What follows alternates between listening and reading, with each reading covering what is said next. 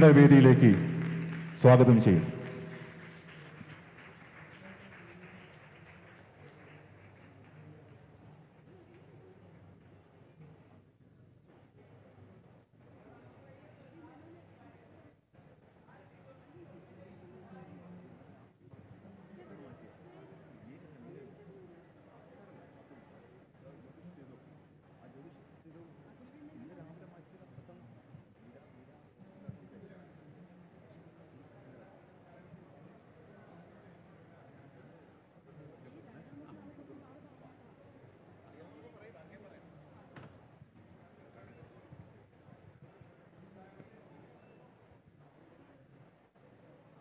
We should welcome them with a big clap, with standing ovation.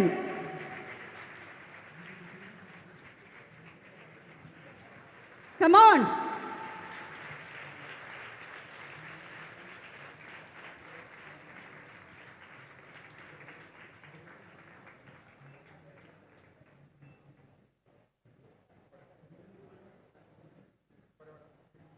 Please be seated. Dear children, we are really proud, honored and privileged to have these eminent personalities on stage to lead the session on civil service. And mainly we have Sri Akhil V. Menon. He is the sub-collector of Thrissur. You might all be familiar of him. But a little bit of details about him. He completed school education from Bhavans Iringalakkuda, and he did his LLB graduation in Newells, Cochin, with gold medal, and he secured 6th rank in KAS and bagged the 66th rank in IAS 2022 batch, and he was the former assistant collector of the capital city Trivandrum. I welcome you, sir, to lead the session, and over to Jyotish Paul, sir, for the further details, who is the moderator of today's session.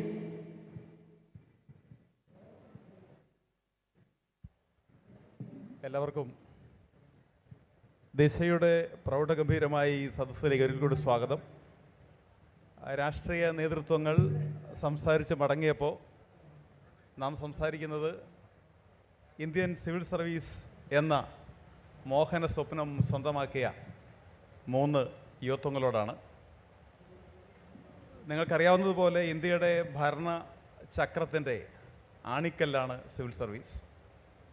ജനസേവനം, ഭരണനിർവഹണം, ദിശാബോധത്തോടുകൂടിയുള്ള രാജ്യത്തിൻ്റെ മുൻപോട്ടുള്ള പോക്ക്, അഴിമതി നിർമ്മാർജ്ജനം, ദുരന്ത നിവാരണം തുടങ്ങി civil service ഉദ്യോഗസ്ഥർ കൈവയ്ക്കാത്ത മേഖലകളില്ല എന്ന് തന്നെ പറയാം. നമുക്കിന്ന് പുതുതലമുറയിൽപ്പെട്ട 3 മിടുക്കരായ ഉദ്യോഗസ്ഥരെയാണ് ലഭ്യമായിരിക്കുന്നത്. ഏതൊരു ഇന്ത്യൻ പൗരൻ്റെയും സ്വപ്നമാണ് സിവിൽ സർവീസ് എന്ന ഉത്തുംഗ സോപാനം. അത് കരഗതമാക്കിയ 3 പേർ ഇന്ന് നമ്മോടൊപ്പം ഉണ്ട്. അതിൽ 2 പേർ മലയാളികളാണ്, and one is from Uttar Pradesh.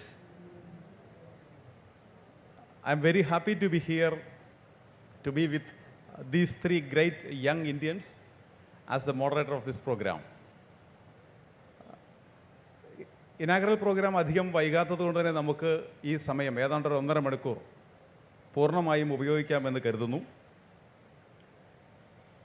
And about this crowd, sir, these are selected students. They have registered exclusively for this program. We had a program, we conducted a pathfinder program. Each year, Career Guidance and Adolescent Counseling Cell gave training to 350 students, selected 25 each from each district, and there is a row of students behind you aspiring civil service now. And I am sure many of these students who are sitting now in this assembly will be there in the coming years in these seats in Disha.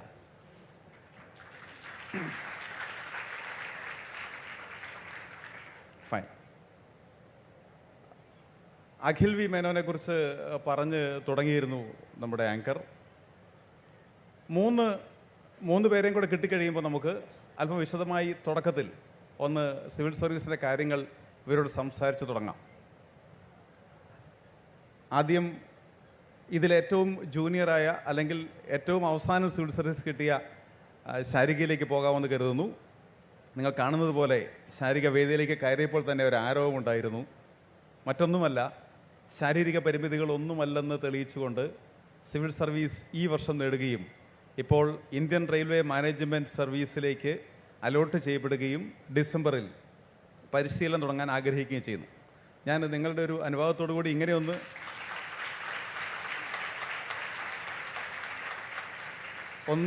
Divide ചെയ്യട്ടെ. പ്രിലിംസിനെ കുറിച്ച് ഏതാനും കാര്യങ്ങൾ മാഡവും, മെയിൻസിനെ കുറിച്ച് കുറച്ച് കാര്യങ്ങൾ. About mains, I hope you shall speak few words. And regarding interview and holistic preparation, Akhil sir will give details. Then you shall have your questions. Then we will move on like that. Is it okay? Right. പ്രിലിംസിനെ കുറിച്ചൊക്കെ ഒന്ന് പറഞ്ഞു തുടങ്ങാം. വളരെ strict ഒന്നുമല്ല, വളരെ റിജിഡായി നമുക്ക് പോവാം. വളരെ ഫ്ലെക്സിബിളായി നമുക്ക് പോകാം. എങ്ങനെയായിരുന്നു പരീക്ഷ എങ്കിലും ഈ മുമ്പിലിരിക്കുന്ന കുട്ടികളിൽ ഭൂരിപക്ഷത്തിനും സിവിൽ സർവീസിനെ കുറിച്ച് ധാരണയുണ്ട്. എങ്കിൽ പോലും ആ 3 ഘട്ടങ്ങൾ ഇവർക്കൊന്ന് മനസ്സിലായിക്കോട്ടെ. തുടങ്ങാം.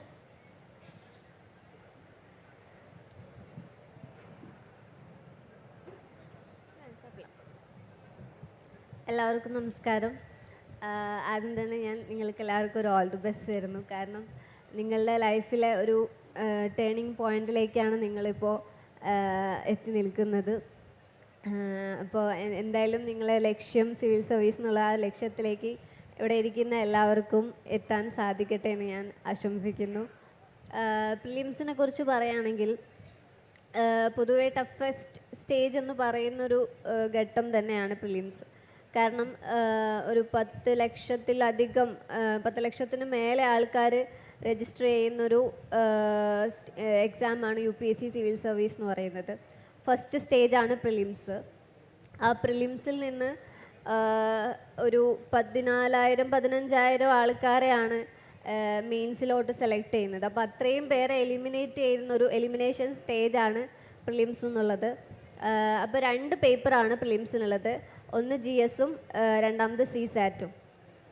GS-ൽ നമ്മൾ ബാക്കി എല്ലാ സബ്ജക്റ്റും economics, Indian polity, art and culture, history, geography എന്ന് പറഞ്ഞ എല്ലാ GS സബ്ജക്ട്സും അടങ്ങുന്നതാണ് first paper.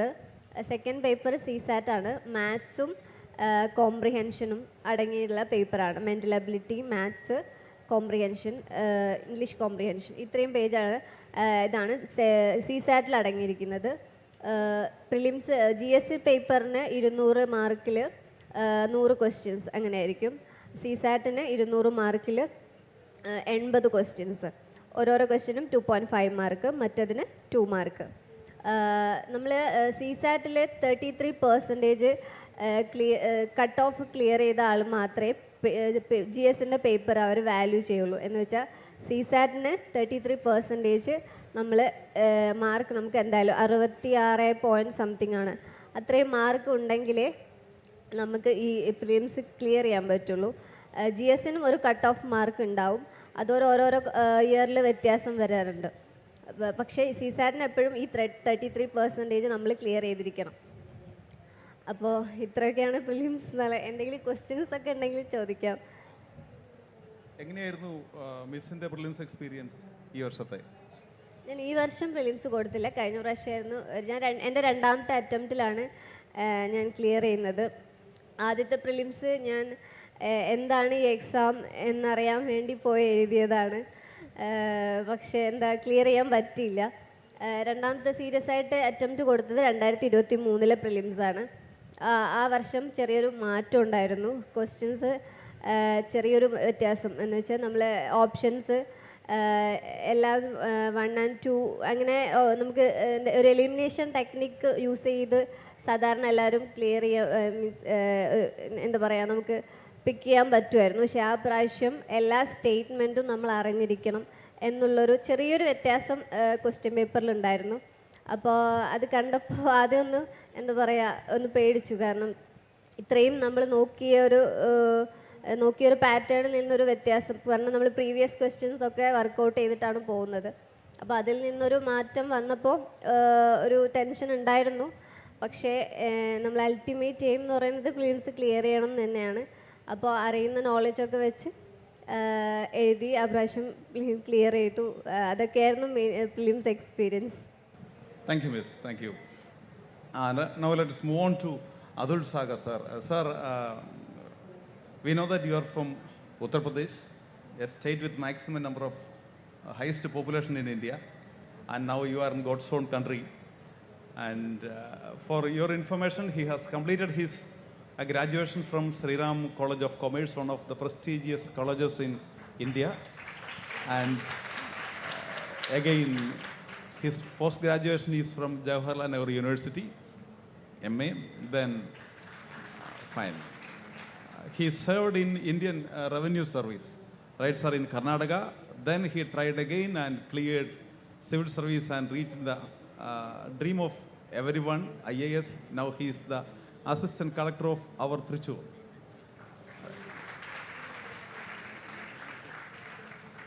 So Adul sir, for the convenience, I would like to discuss about mains now. She has given a brief idea of prelims. What is mains? It is considered as the toughest part of civil service. And how did you appear for that, prepared for that? Which was your optional subject? You can give a briefing.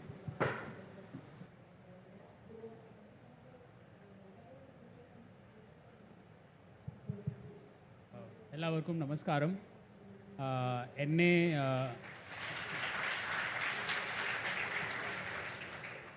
I know 1, 2, 3 more sentences, so you can hold back your class for that. ഇവിടെ എന്നെ ഇവിടെ ശ്രമിച്ചതിനു വളരെ നന്ദി. ഞാൻ mains examination വിഷയത്തിൽ സംസാരിക്കും. So mains, as you know, those who are aware of the pattern of the examination, is the first time when your marks is the first stage of exam where your marks will be added for merit. Again, as of now, the pattern is that you have an essay paper, you have 4 GS papers, and then you have 2 optional papers. I'm told that the crowd here is class 11th and 12th. It will be at least 3 to 4 years before you're eligible to sit for a civil services examination. So the pattern may change, but I'll just focus on the things that are most important. The first thing is to complete the syllabus. There is a prescribed syllabus for each paper given by UPSC in the notification. So you should, before you start the preparation, you please print it out, paste it in front of your study table, and you should by heart know every topic that will be asked. Actually, that is mentioned in that syllabus. That is the first thing. You should learn by heart what is to be asked in each paper. That is the first step. Thereafter, you start preparing for the mains examination. Actually, I think everybody follows a different pattern, but mostly people prepare for prelims and mains together. There's a prescribed syllabus for mains that includes mostly the syllabus of prelims also. So you start preparing for GS 1, 2, 3, 4. Pick up a topic in the syllabus and pick up a relevant book or source for it, and you start preparing. That is the first step. Second step is, while you're reading this book, again, these things may differ from person to person. Akhil sir may have prepared in a different way. I have prepared in a different way, and similarly, every other person prepares in a different way. But I'll just tell you what I did. I made sure that while I was going through the content, I made notes. I made notes of the most important thing from those sources, from those books. And so all throughout, I ensured that I had notes on the topics that I had studied. Apart from these 4 GS papers, you have essay paper. Now essay, you have to write 2 essays. Each of them is about 1,000 to 1,200 words. One is usually a philosophical essay, and one is a more non-abstract theoretical essay. So you can prepare on those essays through your GS preparation only. Your main preparation your bulk of your essay will come from GS only. So essay preparation need not be done separately per se, but most of it will be covered through your GS preparation. You can work on your introductions and conclusions by looking at some of the good quotations. Perhaps you can look at some of the poems. Now the trend is to start with poems, end with poems, or start with some story or a case study, and similarly end with the solution to the case study. So you create a circle. So there are various methods to start and finish. That is one thing that you'll have to prepare for essays separately apart from your GS preparation. Now coming on to the optional part, you can choose your optionals. In my case, it was a very easy choice because I had done BA and MA in economics, so I chose economics only as my optional. You can do that also, as well as you can choose a separate subject also. But considering the present pattern, those 500 marks of optional are the most important. They decide your position on the merit as of now, at least in the current pattern. There's a lot of variation in marks in optional, so you please focus on optional. I would say if you're preparing for 10 months schedule, perhaps 50 to 60% of your time should exclusively, or not exclusively, but at least 40% should go exclusively to optional. Thereafter, you can do your GS because it's very important. So optional, actually, strategy depends on, it depends on the subject also, but overall the strategy remains the same. You prepare notes, you cover all the topics. There's a prescribed syllabus for optional. You cover that syllabus point by point. And I think that should be a typical strategy for mains. Thank you. Thank you sir. നിങ്ങൾ ശ്രദ്ധിച്ചിട്ടുണ്ടാവും അദ്ദേഹത്തിൻ്റെ ടെർമിനോളജികളൊക്കെ വളരെ studious ആയ ഒരാളുടെയാണ്. GS ശ്രദ്ധിച്ചില്ലേ നിങ്ങൾ? അപ്പോൾ നിങ്ങൾക്ക് കിട്ടിയൊരു picture അധികം ഇതിനെക്കുറിച്ചൊരു idea ഇല്ലാത്തവർക്ക് വേണ്ടി, അതായത് ഒരു 10 ലക്ഷത്തോളം അല്ല മിസ് 10 ലക്ഷത്തിലധികം ആളുകൾ അപ്പിയർ ചെയ്യുന്ന പ്രിലിംസ്, അതിൽ ക്ലിയറായി വരുന്ന ഏതാണ്ട് 10,000-ഓളം ആളുകൾ എഴുതുന്ന മെയിൻസ് പരീക്ഷ. ആ 10,000-ൽ it is totally out of 1,750 I think, isn't it sir? 7 papers. അതിൽ 500 മാർക്ക് ഓപ്ഷണൽ പേപ്പർ. ഈ 1,750 മാർക്കുകളാണ് യഥാർത്ഥത്തിൽ സിവിൽ സർവീസിൻ്റെ ഗതി നിർണ്ണയിക്കുക എന്ന് അദ്ദേഹം പറഞ്ഞു കഴിഞ്ഞു. എങ്കിലും ഇനി ഒരു കടമ്പ കൂടെയുണ്ട്. മെയിൻസ് ക്ലിയർ ചെയ്ത് കഴിഞ്ഞ് ഏതാണ്ടൊരു 3,000-ഓളം ആളുകൾ, അഖിൽ സർ, ഏതാണ്ട് റഫ്ലി 3,000-ഓളം ആളുകളുണ്ടാവും ഇൻ്റർവ്യൂവിലേക്ക്. മനസാന്നിധ്യത്തിൻ്റെ വ്യക്തിത്വ അളക്കലിൻ്റെ ഒരു ഘട്ടമാണത്, മേഖലയാണത്. വ്യക്തിത്വം കൊണ്ട് മലയാളക്കരയെ അദ്ദേഹത്തിൻ്റെ ഇൻ്റർവ്യൂകൾ കൊണ്ട് തന്നെ കീഴ്പ്പെടുത്തിയ അഖിൽ സാർ നിങ്ങൾക്ക് അറിയുന്നത് പോലെ നമ്മുടെ കൊച്ചിയിൽ നുവാൽസിൻ്റെ കേരളത്തിൻ്റെ ഏക നാഷണൽ ലോ യൂണിവേഴ്സിറ്റിയുടെ പ്രൊഡക്റ്റ് കൂടിയാണ് അദ്ദേഹം. അതിനുശേഷം അദ്ദേഹം കേരള ഗവൺമെൻറ്റിൻ്റെ സിവിൽ സർവീസ് അല്ലെങ്കിൽ നമ്മുടെ കേരള അഡ്മിനിസ്ട്രേറ്റീവ് സർവീസ് പാസ്സായി. അതിൻ്റെ പരിശീലനത്തിനുണ്ടായിരുന്ന സമയത്താണ് അദ്ദേഹം സിവിൽ സർവീസിലേക്ക് വിജയശ്രീലാളിതരായി 66-ാം റാങ്കുമായി കടന്നു വരുന്നത്. ഇന്ന് തൃശ്ശൂർ സബ് കളക്ടറായ അഖിൽ സാറിനെ ഇൻ്റർവ്യൂ എന്ന നമ്മൾ കേൾക്കുന്ന കഥകൾ പലത് ഇൻ്റർവ്യൂവിനെ കുറിച്ചാണല്ലോ, അതിനെക്കുറിച്ച് അല്പം കൂടി വിശദമായി പറയാനും അതോടൊപ്പം കോംപ്രിഹെൻസീവായി ഇവർ 3 പേരും പറഞ്ഞതിനെ ഒന്ന് സമപ്പ് ചെയ്യാൻ കൂടി ക്ഷണിക്കുന്നു. എല്ലാവർക്കും നമസ്കാരം. ഇപ്പോൾ മോഡറേറ്റർ സൂചിപ്പിച്ച കുറച്ച് കാര്യങ്ങൾ ഞാൻ പറയാൻ പോകുന്ന കാര്യങ്ങളിൽ പറയാം.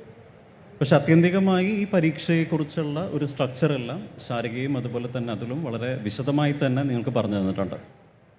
പക്ഷെ എന്നിരുന്നാൽ പോലും നിങ്ങൾക്കെല്ലാവർക്കും കുറേയേറെ സംശയങ്ങളുണ്ടാവും സിവിൽ സർവീസ് പരീക്ഷയെക്കുറിച്ച്. അതാദ്യം തന്നെ ദൂരീകരിച്ചതിന് ശേഷം നമുക്ക് ഇൻ്റർവ്യൂ എന്ന് പറയുന്ന ഘട്ടത്തിലേക്ക് പോകാം. എല്ലാവർക്കും മലയാളം ഓക്കെ ആണല്ലോ അല്ലേ? മലയാളം മതിയോ? അപ്പോൾ ഡൗട്ട്സ് ഒരു പ്രൈമറി ആയിട്ട് കുറച്ച് കാര്യങ്ങൾ പറഞ്ഞു കഴിഞ്ഞിട്ട് നമുക്ക് ബാക്കി കാര്യങ്ങളിലോട്ട് പോകാം.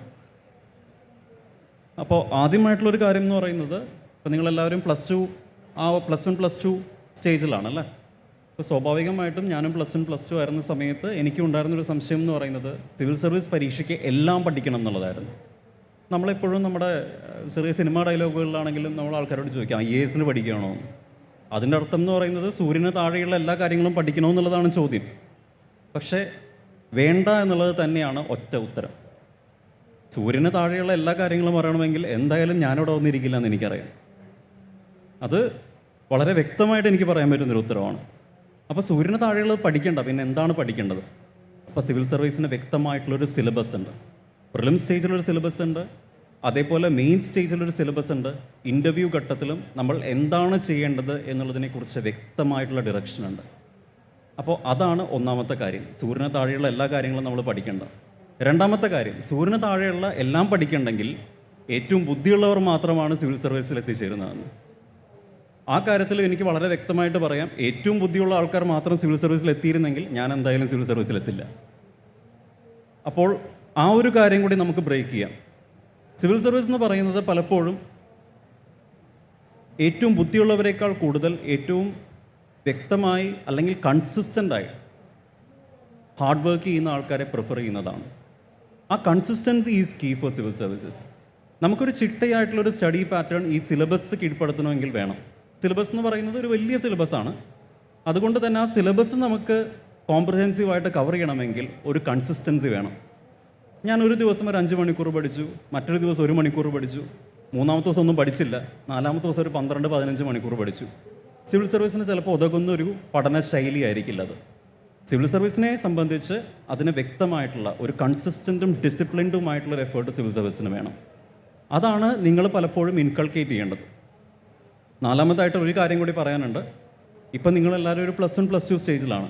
ഇപ്പോൾ നിങ്ങൾക്കിപ്പോൾ തന്നെ മനസ്സിലായിട്ടുണ്ടാവും, ഞങ്ങളെല്ലാവരും വിവിധ സബ്ജക്റ്റുകൾ പഠിച്ച് ഇവിടെ എത്തിയിരിക്കുന്നവരാണ്.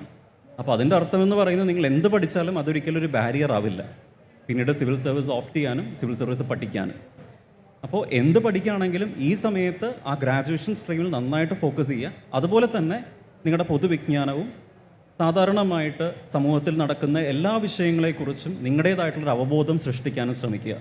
ഇതാണ് 4 കാര്യങ്ങൾ പ്രാഥമികമായി പറയാനുള്ളത്. ഇൻ്റർവ്യൂ സ്റ്റേജിനെ കുറിച്ച് പറയാം. ഇൻ്റർവ്യൂ എന്ന് പറയുന്നത് സിവിൽ സർവീസിനെ സംബന്ധിച്ച് നമ്മൾ പേഴ്സണാലിറ്റി ടെസ്റ്റ് എന്നാണ് പറയുന്നത്.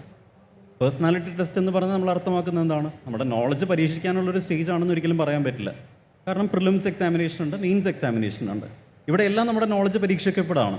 അപ്പോൾ ഇൻ്റർവ്യൂ സ്റ്റേജിൽ ഇൻ്റർവ്യൂ പാനലിന് അറിയേണ്ടത് നമ്മുടെ ആറ്റിറ്റ്യൂഡ് എന്താണെന്നുള്ളതാണ്. ഒരു പ്രശ്നം വരുമ്പോൾ അതിനെ അഭിമുഖീകരിക്കാൻ നമുക്ക് എങ്ങനെ കഴിയുന്നു എന്നുള്ളതാണ്. അപ്പോൾ വിവിധങ്ങളായിട്ടുള്ള വിഷയങ്ങളെക്കുറിച്ചുള്ള ചോദ്യങ്ങളുണ്ടാവും. ഞാൻ LLB ആണ് പഠിച്ചത്. എൻ്റെ ഐച്ഛിക വിഷയവും ലോ തന്നെയായിരുന്നു. അതുകൊണ്ട് ഞാൻ കൂടുതലായി നേരിട്ട ചോദ്യങ്ങൾ നിയമത്തെ സംബന്ധിച്ചിട്ടുള്ളതായിരുന്നു. പക്ഷേ നിയമത്തിലെ ചില പ്രശ്നങ്ങളുള്ള മേഖലയെക്കുറിച്ച് എൻ്റെ അഭിപ്രായം എന്താണെന്ന് അവർ നോക്കും. ആ അഭിപ്രായം എന്ന് പറയുന്നത് സിവിൽ സർവീസിന് ഉതകുന്നതാണെങ്കിൽ നമുക്ക് നല്ല മാർക്ക് കിട്ടും, അല്ലെങ്കിൽ ചിലപ്പോൾ മാർക്ക് കിട്ടിയെന്ന് വരില്ല. അപ്പോൾ സിവിൽ സർവീസിന് ഇൻ്റർവ്യൂ സ്റ്റേജിൽ അറിയില്ല എന്ന് പറയുന്നത് പലപ്പോഴും നല്ല ഉത്തരമായി മാറാറുണ്ട്.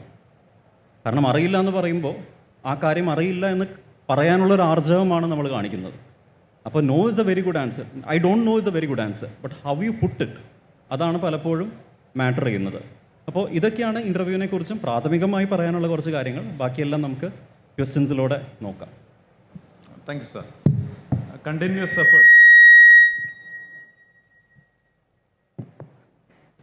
Continuous effort, how small it is will decide your destiny എന്ന് സാർ ഒരു ഇൻ്റർവ്യൂവിൽ പറഞ്ഞത് ഞാൻ ശ്രദ്ധിച്ചിരുന്നു. അത് തന്നെയാണ് സാർ വീണ്ടും ഊന്നി പറഞ്ഞത്. നിങ്ങൾ മിടുക്കരായ വിദ്യാർത്ഥികളാണ്. തൃശ്ശൂരിലെ കുറച്ച് സമയം നിങ്ങൾക്ക് തരാം.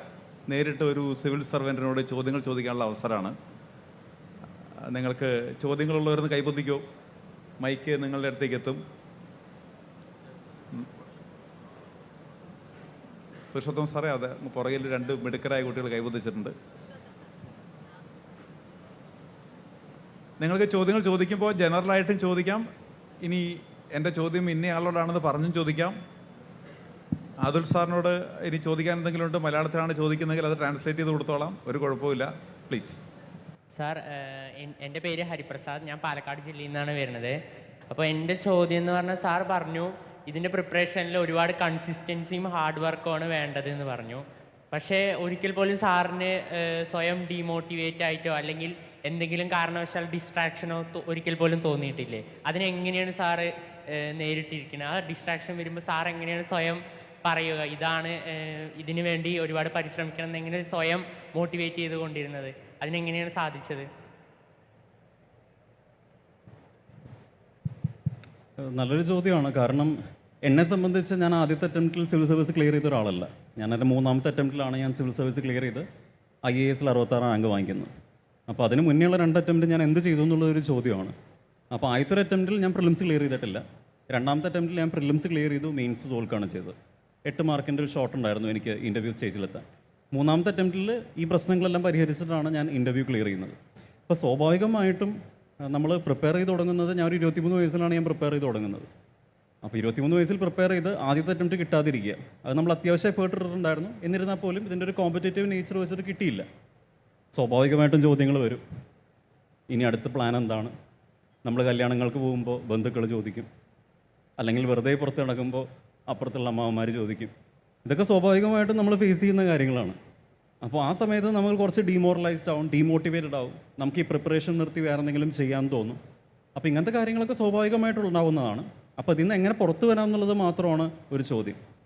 എനിക്ക് എപ്പോഴും തോന്നുന്നതെന്ന് വെച്ച് കഴിഞ്ഞ് കഴിഞ്ഞാൽ, നമ്മുടെ ഒരു എൻഡ് ഡെസ്റ്റിനേഷൻ നമുക്ക് ക്ലിയർ ആണെങ്കിൽ, എന്നുവെച്ചാൽ if you believe that you want it, നമുക്ക് എങ്ങനെയെങ്കിലും ആ മോട്ടിവേഷൻ നമുക്ക് തിരിച്ചെടുക്കാൻ കഴിയും. ചില സമയങ്ങളിൽ നമ്മൾ ഡൗൺ ആയി പോകും, പക്ഷെ നമ്മളത് അക്സെപ്റ്റ് ചെയ്യണം. ഈ സമയം ഞാൻ ഡൗൺ ആണ്, പക്ഷെ എന്നിരുന്നാൽ പോലും ഞാൻ ആ എഫേർട്ട്, ഇതാണ് എനിക്ക് അച്ചീവ് ചെയ്യേണ്ടത് എന്നുണ്ടെങ്കിൽ ഞാൻ ആ എഫേർട്ട് കണ്ടിന്യൂസ് ആയിട്ട് ഇട്ടുകൊണ്ടിരിക്കും. പക്ഷെ അതുകൊണ്ട് ഞാൻ ഈ ഫെയിലിയേഴ്സിനെ ഒന്നും റൊമാൻറ്റിസൈസ് ചെയ്യുന്നില്ല. കാരണം ഫെയിലിയേഴ്സ് എന്ന് പറയുന്നത് പലപ്പോഴും വളരെ ബുദ്ധിമുട്ട് തന്നെയാണ്. ആ ഫെയിലിയേഴ്സിനെ ഒരു പക്ഷേ നമുക്ക് എംബ്രേസ് ചെയ്യാൻ നമ്മുടെ സമൂഹവും നമ്മളെ പ്രാപ്തരാക്കുന്നില്ല. നമ്മളെപ്പോഴും വിജയികളെ ആഘോഷിക്കുന്ന ഒരു സ്ഥലമാണല്ലോ. ഇപ്പോൾ എൻ്റെ ഇൻട്രൊഡക്ഷൻ പറഞ്ഞപ്പോഴും ഞാൻ വിജയിച്ച കാര്യങ്ങളാണ് പറഞ്ഞിരിക്കുന്നത്, അല്ലേ? ഞാൻ 2 അറ്റംപ്റ്റ് തോറ്റ കാര്യം ആരും പറയുന്നില്ല. അപ്പോൾ അതിൽ പലപ്പോഴും പോകുന്നൊരു കാര്യം എന്ന് പറയുന്നത്, നമുക്ക് ഈ ഫെയിലിയേഴ്സിനെ അഡ്രസ്സ് ചെയ്യാൻ ആസ് എ സൊസൈറ്റി നമുക്ക് പലപ്പോഴും ഒരു സപ്പോർട്ട് കിട്ടുന്നുണ്ടാവില്ല. പക്ഷെ നമ്മളെ മെൻ്റൽ സ്ട്രെങ്ത് ബിൽഡ് ചെയ്യണം. പിന്നെ ചുറ്റുമുള്ളവരുടെ സപ്പോർട്ട് വളരെ ഇമ്പോർട്ടൻ്റ് ആണ്. ഫാമിലി ആണെങ്കിലും ഫ്രണ്ട്സ് ആണെങ്കിലും നമ്മുടെ ഈ ഡ്രീമിന് വേണ്ടി കൂടെ നിൽക്കണം. പക്ഷെ അത് വിചാരിച്ച് ഇത് കിട്ടിയില്ലെങ്കിൽ ഇനി ഒന്നുമില്ല എന്ന് വിചാരിച്ചിട്ടൊരു കാര്യമില്ല. കാരണം സിവിൽ സർവീസിനേക്കാൾ വലിയ സാധ്യതകൾ പുറത്തുമുണ്ട്.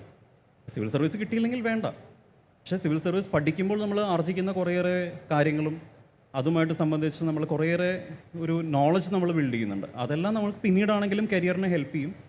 അപ്പോൾ പക്ഷേ ശ്രമിക്കുന്ന സമയത്ത് വളരെ കൺസിസ്റ്റൻ്റ് ആയിട്ട് എഫേർട്ട് ഇട്ട് തന്നെ അതിലോട്ട് മുന്നോട്ട് പോകുക. Thank you sir.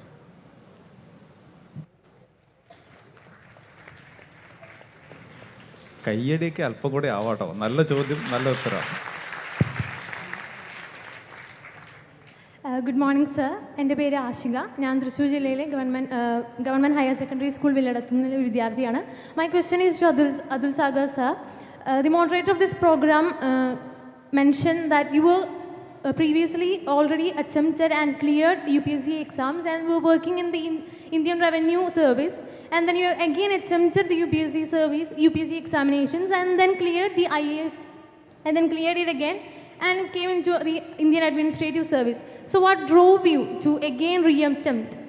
Was it because you were satisfied in the Indian Revenue Service, or because it was just your dream deep in your heart to become an IAS officer? What drove you to again re-attempt the UPSC exams even when you had already succeeded?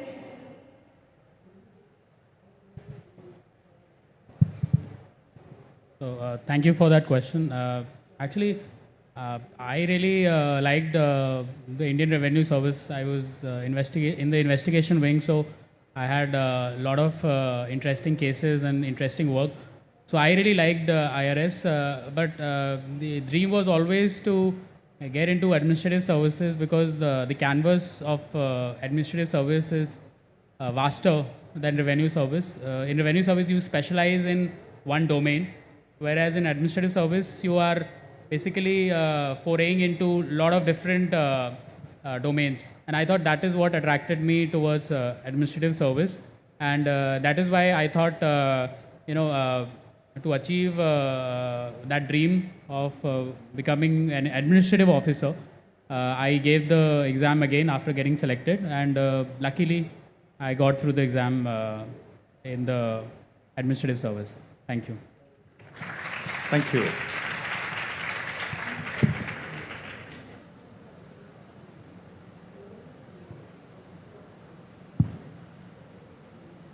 ഒരുപാട് കൈകൾ ഉയരുന്നുണ്ട്. ധൈര്യമായി ചോദിച്ചോളൂ. Good morning sir, my name is Aparna. ഞാൻ മലപ്പുറം ഡിസ്ട്രിക്റ്റിൽ നിന്നാണ് വരുന്നത്. എൻ്റെ ചോദ്യം എന്ന് വെച്ചാൽ, ഞാൻ ഹ്യൂമാനിറ്റീസ് എടുത്തൊരു വിദ്യാർത്ഥിയാണ്. അപ്പോൾ 10 കഴിഞ്ഞ സമയത്ത് എല്ലാവരും പറഞ്ഞിരുന്നു സയൻസ് എടുത്തോ, എന്നിട്ട് ഇതിന് പോവാം, സിവിൽ സർവീസ് പ്രിപ്പറേഷന് പോവാം. അപ്പോൾ അത് കാര്യമായിട്ട് പറഞ്ഞിരുന്നൊരു കാര്യം എന്ന് വെച്ചാൽ പ്ലാൻ ബി എന്നുള്ളൊരു ഓപ്ഷനെ പറ്റിയാണ്. അപ്പോൾ ഹ്യൂമാനിറ്റീസ് എടുക്കുമ്പോൾ പ്ലാൻ ബി അല്ലെങ്കിൽ നമ്മൾ സിവിൽ സർവീസ് അല്ലെങ്കിൽ എന്ത് എന്നുള്ള ഓപ്ഷൻസ് കുറവാണെന്ന് പറഞ്ഞു. അപ്പോൾ ഈ സിവിൽ സർവീസിന് ഹ്യൂമാനിറ്റീസ് പഠിക്കുന്ന വിദ്യാർത്ഥികൾക്ക് സിവിൽ സർവീസ് അല്ലെങ്കിൽ എന്തൊക്കെ ഓപ്റ്റ് ചെയ്യാം? ടീച്ചിങ് അല്ലാതെ വേറെ എന്തൊക്കെ ഓപ്റ്റ് ചെയ്യാം? പിന്നെ ഒരു ചോദ്യം കൂടി ഉണ്ട്. ഇപ്പോൾ ഞങ്ങൾ +1 +2 പഠിക്കുന്ന വിദ്യാർത്ഥികളാണ്. അപ്പോൾ കുറച്ച് വർഷങ്ങൾക്ക് ശേഷം മാത്രമേ സിവിൽ സർവീസ് അറ്റംപ്റ്റ് ചെയ്യാൻ കഴിയുള്ളൂ. ആ സമയത്തേക്ക് ഈ കുറച്ച് വർഷങ്ങൾ കഴിയുമ്പോഴേക്കും ഈ സിവിൽ സർവീസ് ഞങ്ങളിൽ നിന്ന് എക്സ്പെക്റ്റ് ചെയ്യുന്ന സ്കിൽ സെറ്റ് എന്തൊക്കെയാണ്, വിദ്യാർത്ഥികൾക്ക് ഡെവലപ്പ് ചെയ്തിരിക്കേണ്ട സ്കില്ലുകൾ എന്തൊക്കെയാണെന്നും കൂടി ഒന്ന് വിശദീകരിച്ചിരുന്നെങ്കിൽ നന്നായിരുന്നു. Thank you. ശരിക്കും മാം, ഈ ഒരു ചോദ്യത്തിന് മാഡത്തിന് ഉത്തരം പറയാം. മൈക്കുണ്ട് കയ്യിൽ.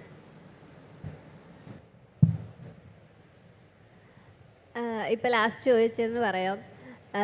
നമ്മൾ എന്താ പറയുക, ഈ സർവീസിലോട്ട് വരുമ്പോൾ എല്ലാവരും ഒരു കോംപ്രിഹെൻസീവായിട്ട് നമുക്ക് എല്ലാത്തിനെയും മനസ്സിലാക്കാനുള്ളൊരു സ്കില്ലാണ് മെയിനായിട്ട് വേണ്ടത്. നമുക്ക് എല്ലാത്തിനെയും എന്താ പറയുക, ഒരു എന്താ അതിന് ഒരു വേർഡ് കിട്ടുന്നില്ല. നിങ്ങൾ ചെയ്യേണ്ടത് കറണ്ട് +1 +2 തന്നെ കോൺസെൻട്രേറ്റ് ചെയ്യുക എന്നുള്ളതാണ്. അതിൻ്റെ കൂടെ തന്നെ നിങ്ങൾക്ക് കറണ്ട് അഫെയർസ് പേപ്പർ വായിക്കാം, പത്രം വായിക്കാം. പിന്നെ നിങ്ങളെ ഇംഗ്ലീഷ് സ്കില്ല് വർദ്ധിപ്പിക്കാം. നിങ്ങളെ എന്താ പറയുക, റീഡിങ് ആൻഡ് കോംപ്രിഹെൻഷൻ സ്കില്ല് വർദ്ധിപ്പിക്കാം.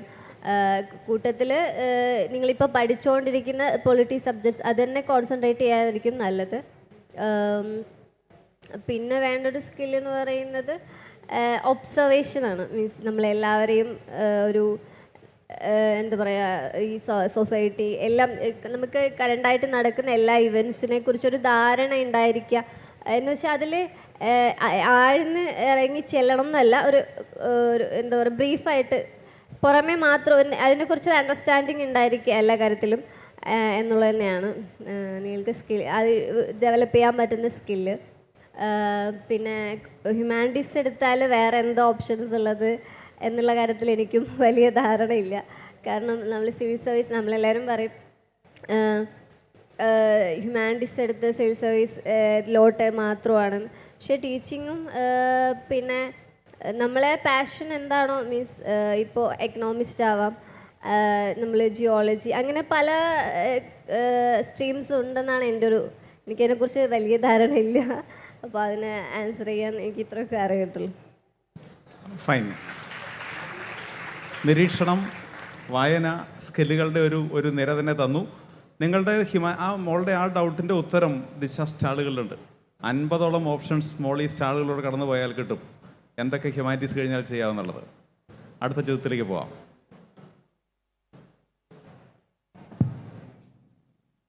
സാർ, എൻ്റെ പേര് കൃഷ്ണ. ഞാൻ വിവേകോദയം സ്കൂളിൽ 12th സ്റ്റുഡൻ്റാണ്. ഹ്യൂമാനിറ്റീസാണ്. സാർ പറഞ്ഞു, അഖിൽ സാർ പറഞ്ഞിരുന്നു 2 പ്രാവശ്യം ഫെയിലായി, 3rd അറ്റംപ്റ്റിലാണ് ക്രാക്ക് ചെയ്തത്. അപ്പോൾ എന്തെങ്കിലും ഒരു പർട്ടിക്കുലർ കാര്യം മാറ്റിയിട്ടാണോ 3rd അറ്റംപ്റ്റിൽ ക്ലിയർ ചെയ്തത്?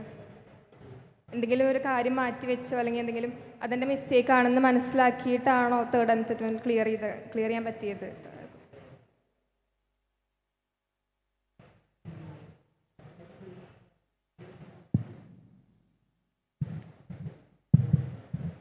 തീർച്ചയായിട്ടും നമുക്ക് ഇപ്പോൾ ഓരോ അറ്റംപ്റ്റിലും നമുക്കൊരു ലേണിംഗ് ഉണ്ടാവും.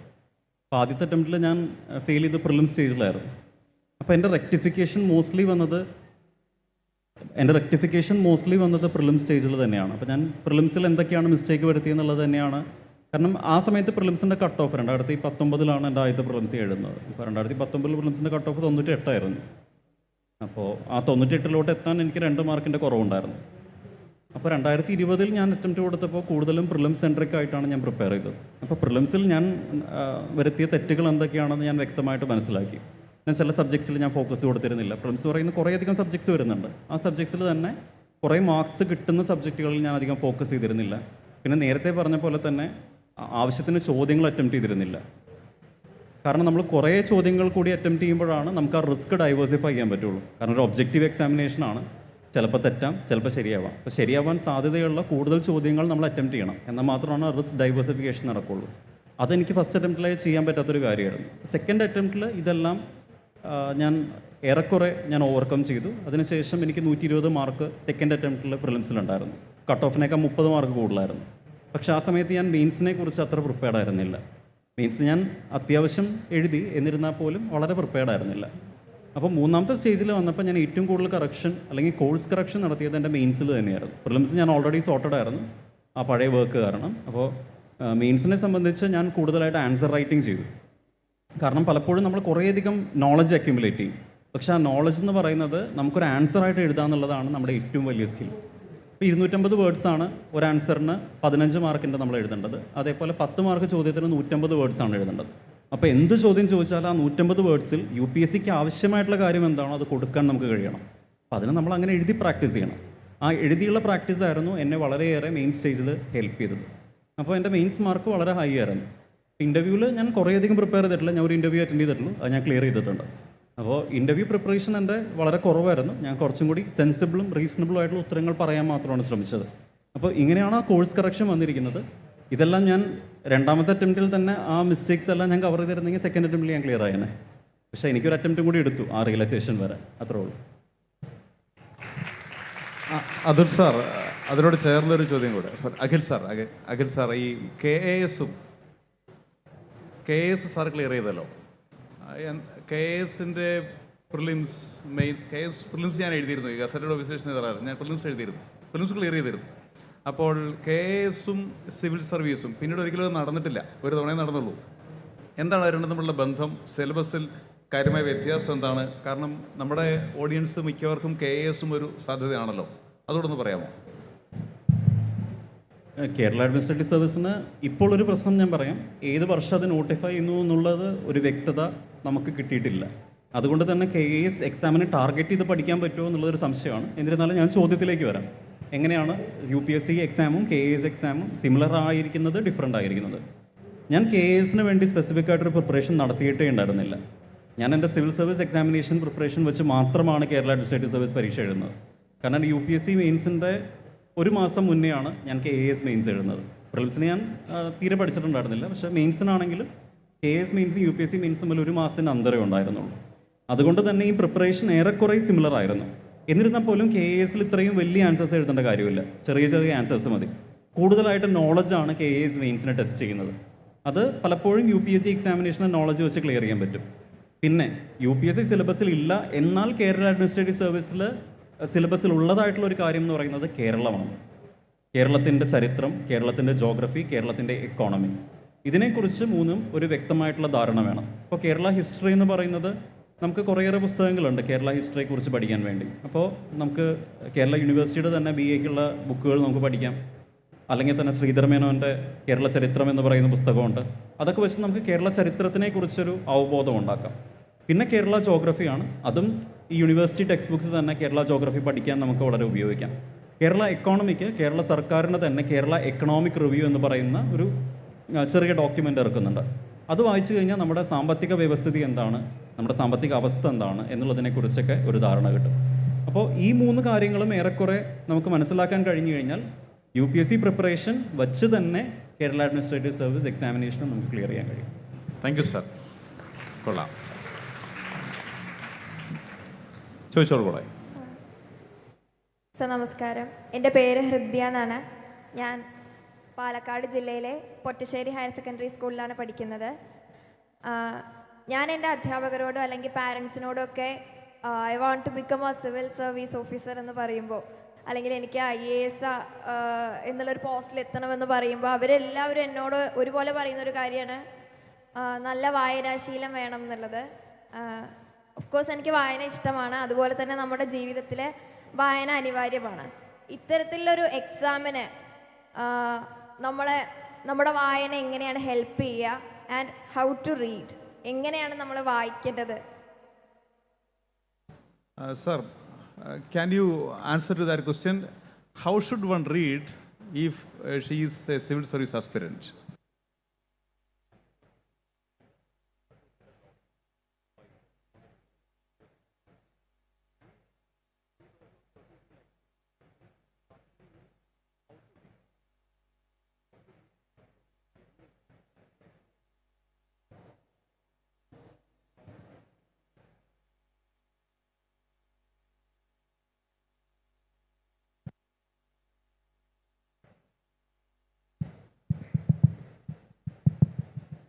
Thank you for that question. So, as I understand, you want to know how to basically read a particular topic or a particular book for the exam. Uh, I would say there is, there is no secret ingredient. It is how you would read or how would you try to read any book that you like or that you enjoy. But specifically for the exam, I would say that understanding the topic should be your first target. When you read something, you should first know what do you want out of that book, what are the topics that you want to cover from that book. And while reading, in fact, before reading, you should try to find out the previous year questions that have come from that topic, from that book. If you go through the previous year questions from that book, you will understand which are the areas to focus on. So while you are going to the book, you can focus more on the areas that have been previously asked in the examination. And once you've gone through that book, this is an exam where you have to read a lot. In fact, you'll probably have to read everything under the sun. But the idea to cover everything is to make notes on what you study. At least this is the strategy that I followed. So once you study, you please make good notes on whatever you have studied with respect to the questions that were asked and the topics that are to be covered from that particular book or reading. I think this is this I would think would be a good way to read something specifically for the exam. I think you can also add a few words. Sarika മാം, ഈ പത്രവായനയെക്കുറിച്ച് കൂടി ഒന്ന് കുട്ടികളോട് പറഞ്ഞോളൂ. നമ്മൾ ഇപ്പോഴത്തെ generation വായന കുറവാണെന്നൊക്കെ പറയുന്നുണ്ട്, പക്ഷേ തൃശ്ശൂരിൽ അങ്ങനെയല്ല. നമ്മുടെ പിള്ളേർ നല്ലപോലെ വായിക്കുന്നത് നിങ്ങൾക്ക് മനസ്സിലായി. എങ്കിലും എങ്ങനെ വായിക്കണം, നേരത്തെ ഒബ്സർവേഷൻ എന്ന് പറഞ്ഞല്ലോ, അതോടെ ചേർത്ത്. ഓക്കെ, ജനറൽ റീഡിങ്ങിനെ കുറിച്ചായിരുന്നല്ലോ അല്ലേ ചോദിച്ചത്. അപ്പോൾ നമ്മൾ അറിവ് എപ്പോഴും ഒരു അസറ്റാണ്. നമുക്ക് എന്താണോ വായിക്കാൻ ഇഷ്ടം അതെടുത്ത് വായിക്കാം. പിന്നെ കൂട്ടത്തിൽ സെൽഫ് ഹെൽപ്പിംഗ് ബുക്സൊക്കെ ഉണ്ടാവും, അങ്ങനെ നമ്മളെ കോൺഫിഡൻസ് ഒക്കെ ബൂസ്റ്റ് ചെയ്യാൻ പറ്റിയ അങ്ങനത്തെ കുറേ ബുക്സൊക്കെ വായിക്കാം. പിന്നെ ഫേമസ് പേഴ്സണാലിറ്റീസിൻ്റെ സ്റ്റോറീസ്, അങ്ങനെ അതൊക്കെ നിങ്ങൾക്ക് പിന്നെ വരുമ്പോൾ എസ്സേയിലും അങ്ങനത്തെ ആൻസേഴ്സിലൊക്കെ നമുക്ക് ആഡ് ചെയ്യാൻ പറ്റുന്നതാണ്. അപ്പോൾ ജനറൽ റീഡിങ്ങിനെ കുറിച്ച് അങ്ങനെ നമുക്ക് ഇഷ്ടമുള്ള ഏത് മേഖലയാണോ അതൊക്കെ എടുത്ത് വായിക്കാൻ പറ്റും. പിന്നെ ന്യൂസ് പേപ്പർ റീഡിങ്ങിനെ കുറിച്ച് പറയുമ്പം നമ്മൾ എന്ത് വായിക്കണം എന്നില്ലേ കൂടുതലും എന്ത് വായിക്കേണ്ട എന്ന് അറിഞ്ഞിരിക്കുന്നതായിരിക്കും നല്ലത്. കാരണം UPSCക്ക് നമ്മൾ ഒരു സ്പെസിഫിക് സിലബസ് ഉണ്ട്. ആ സിലബസിൽ സാർ നേരത്തെ പറഞ്ഞ പോലെ അതിൻ്റെ എല്ലാ കീ ടേംസും നമ്മൾ ബൈ ഹാർട്ട് ചെയ്ത് വയ്ക്കുന്നത് നല്ലതായിരിക്കും. അപ്പോൾ നമ്മൾ പേപ്പറിലൊരു സാധനം കാണുമ്പോൾ ഇത് അവിടെയാണ് എന്ന് നമുക്ക് കണക്ട് ചെയ്യാൻ പറ്റും. അപ്പോൾ അങ്ങനെ നമുക്ക് തോന്നുന്ന ഇത് സിലബസിലുള്ളതാണ് എന്ന് തോന്നുന്ന ന്യൂസസ് മാത്രം നമ്മൾ വായിച്ചാൽ മതി. കുറേ കാര്യങ്ങൾ നമുക്ക് ആവശ്യമില്ലാത്തതുണ്ടാവും ന്യൂസ് പേപ്പറിൽ ഡെയിലി വരുന്ന കുറേ പൊളിറ്റിക്കൽ ന്യൂസസും പിന്നെ റീജിയണൽ ന്യൂസസ് അങ്ങനത്തെ കുറേ ന്യൂസസ് ഉണ്ടാവും. അപ്പോൾ നമുക്ക് കുറേയൊക്കെ നമുക്കതിൽ സ്കിപ്പ് ചെയ്യാം നമുക്ക്. അപ്പോൾ പലരും ഒരുപാട് നേരം എടുക്കുന്നത് എന്തെന്ന് വെച്ചാൽ ഇത് ഐഡൻറ്റിഫൈ ചെയ്യാൻ, എന്ത് വായിക്കണം വായിക്കേണ്ട എന്ന് ഐഡൻറ്റിഫൈ ചെയ്യാനാണ്. അപ്പോൾ നമ്മൾ സിലബസ് എപ്പോഴും നമ്മൾ ബൈ ഹാർട്ട് ചെയ്ത് വെക്കുക. അപ്പോൾ നമ്മൾ ന്യൂസ് കാണുമ്പോൾ നമുക്ക് മനസ്സിലാവും സിലബസിലുള്ളതാണോ ഇല്ലയോ എന്ന്. പിന്നെ ചെറിയ ഷോർട്ട് നോട്ട് എന്ന് വെച്ചാൽ വലിയ അങ്ങനെയൊന്നുമല്ല, ചെറിയത് എന്താ പറയുക, കീ ടേംസ് എന്താണോ അതിൽ ഉദ്ദേശിക്കുന്നത് അത് മാത്രം നമുക്ക് നോട്ട് ചെയ്ത് വെക്കാം. പിന്നെ അത് നമുക്ക് ഹെൽപ്ഫുള്ളായിട്ട് വരും. അപ്പോൾ ന്യൂസ് പേപ്പറിനെ കുറിച്ച് ഇത്രയൊക്കെ ഉള്ളൂ.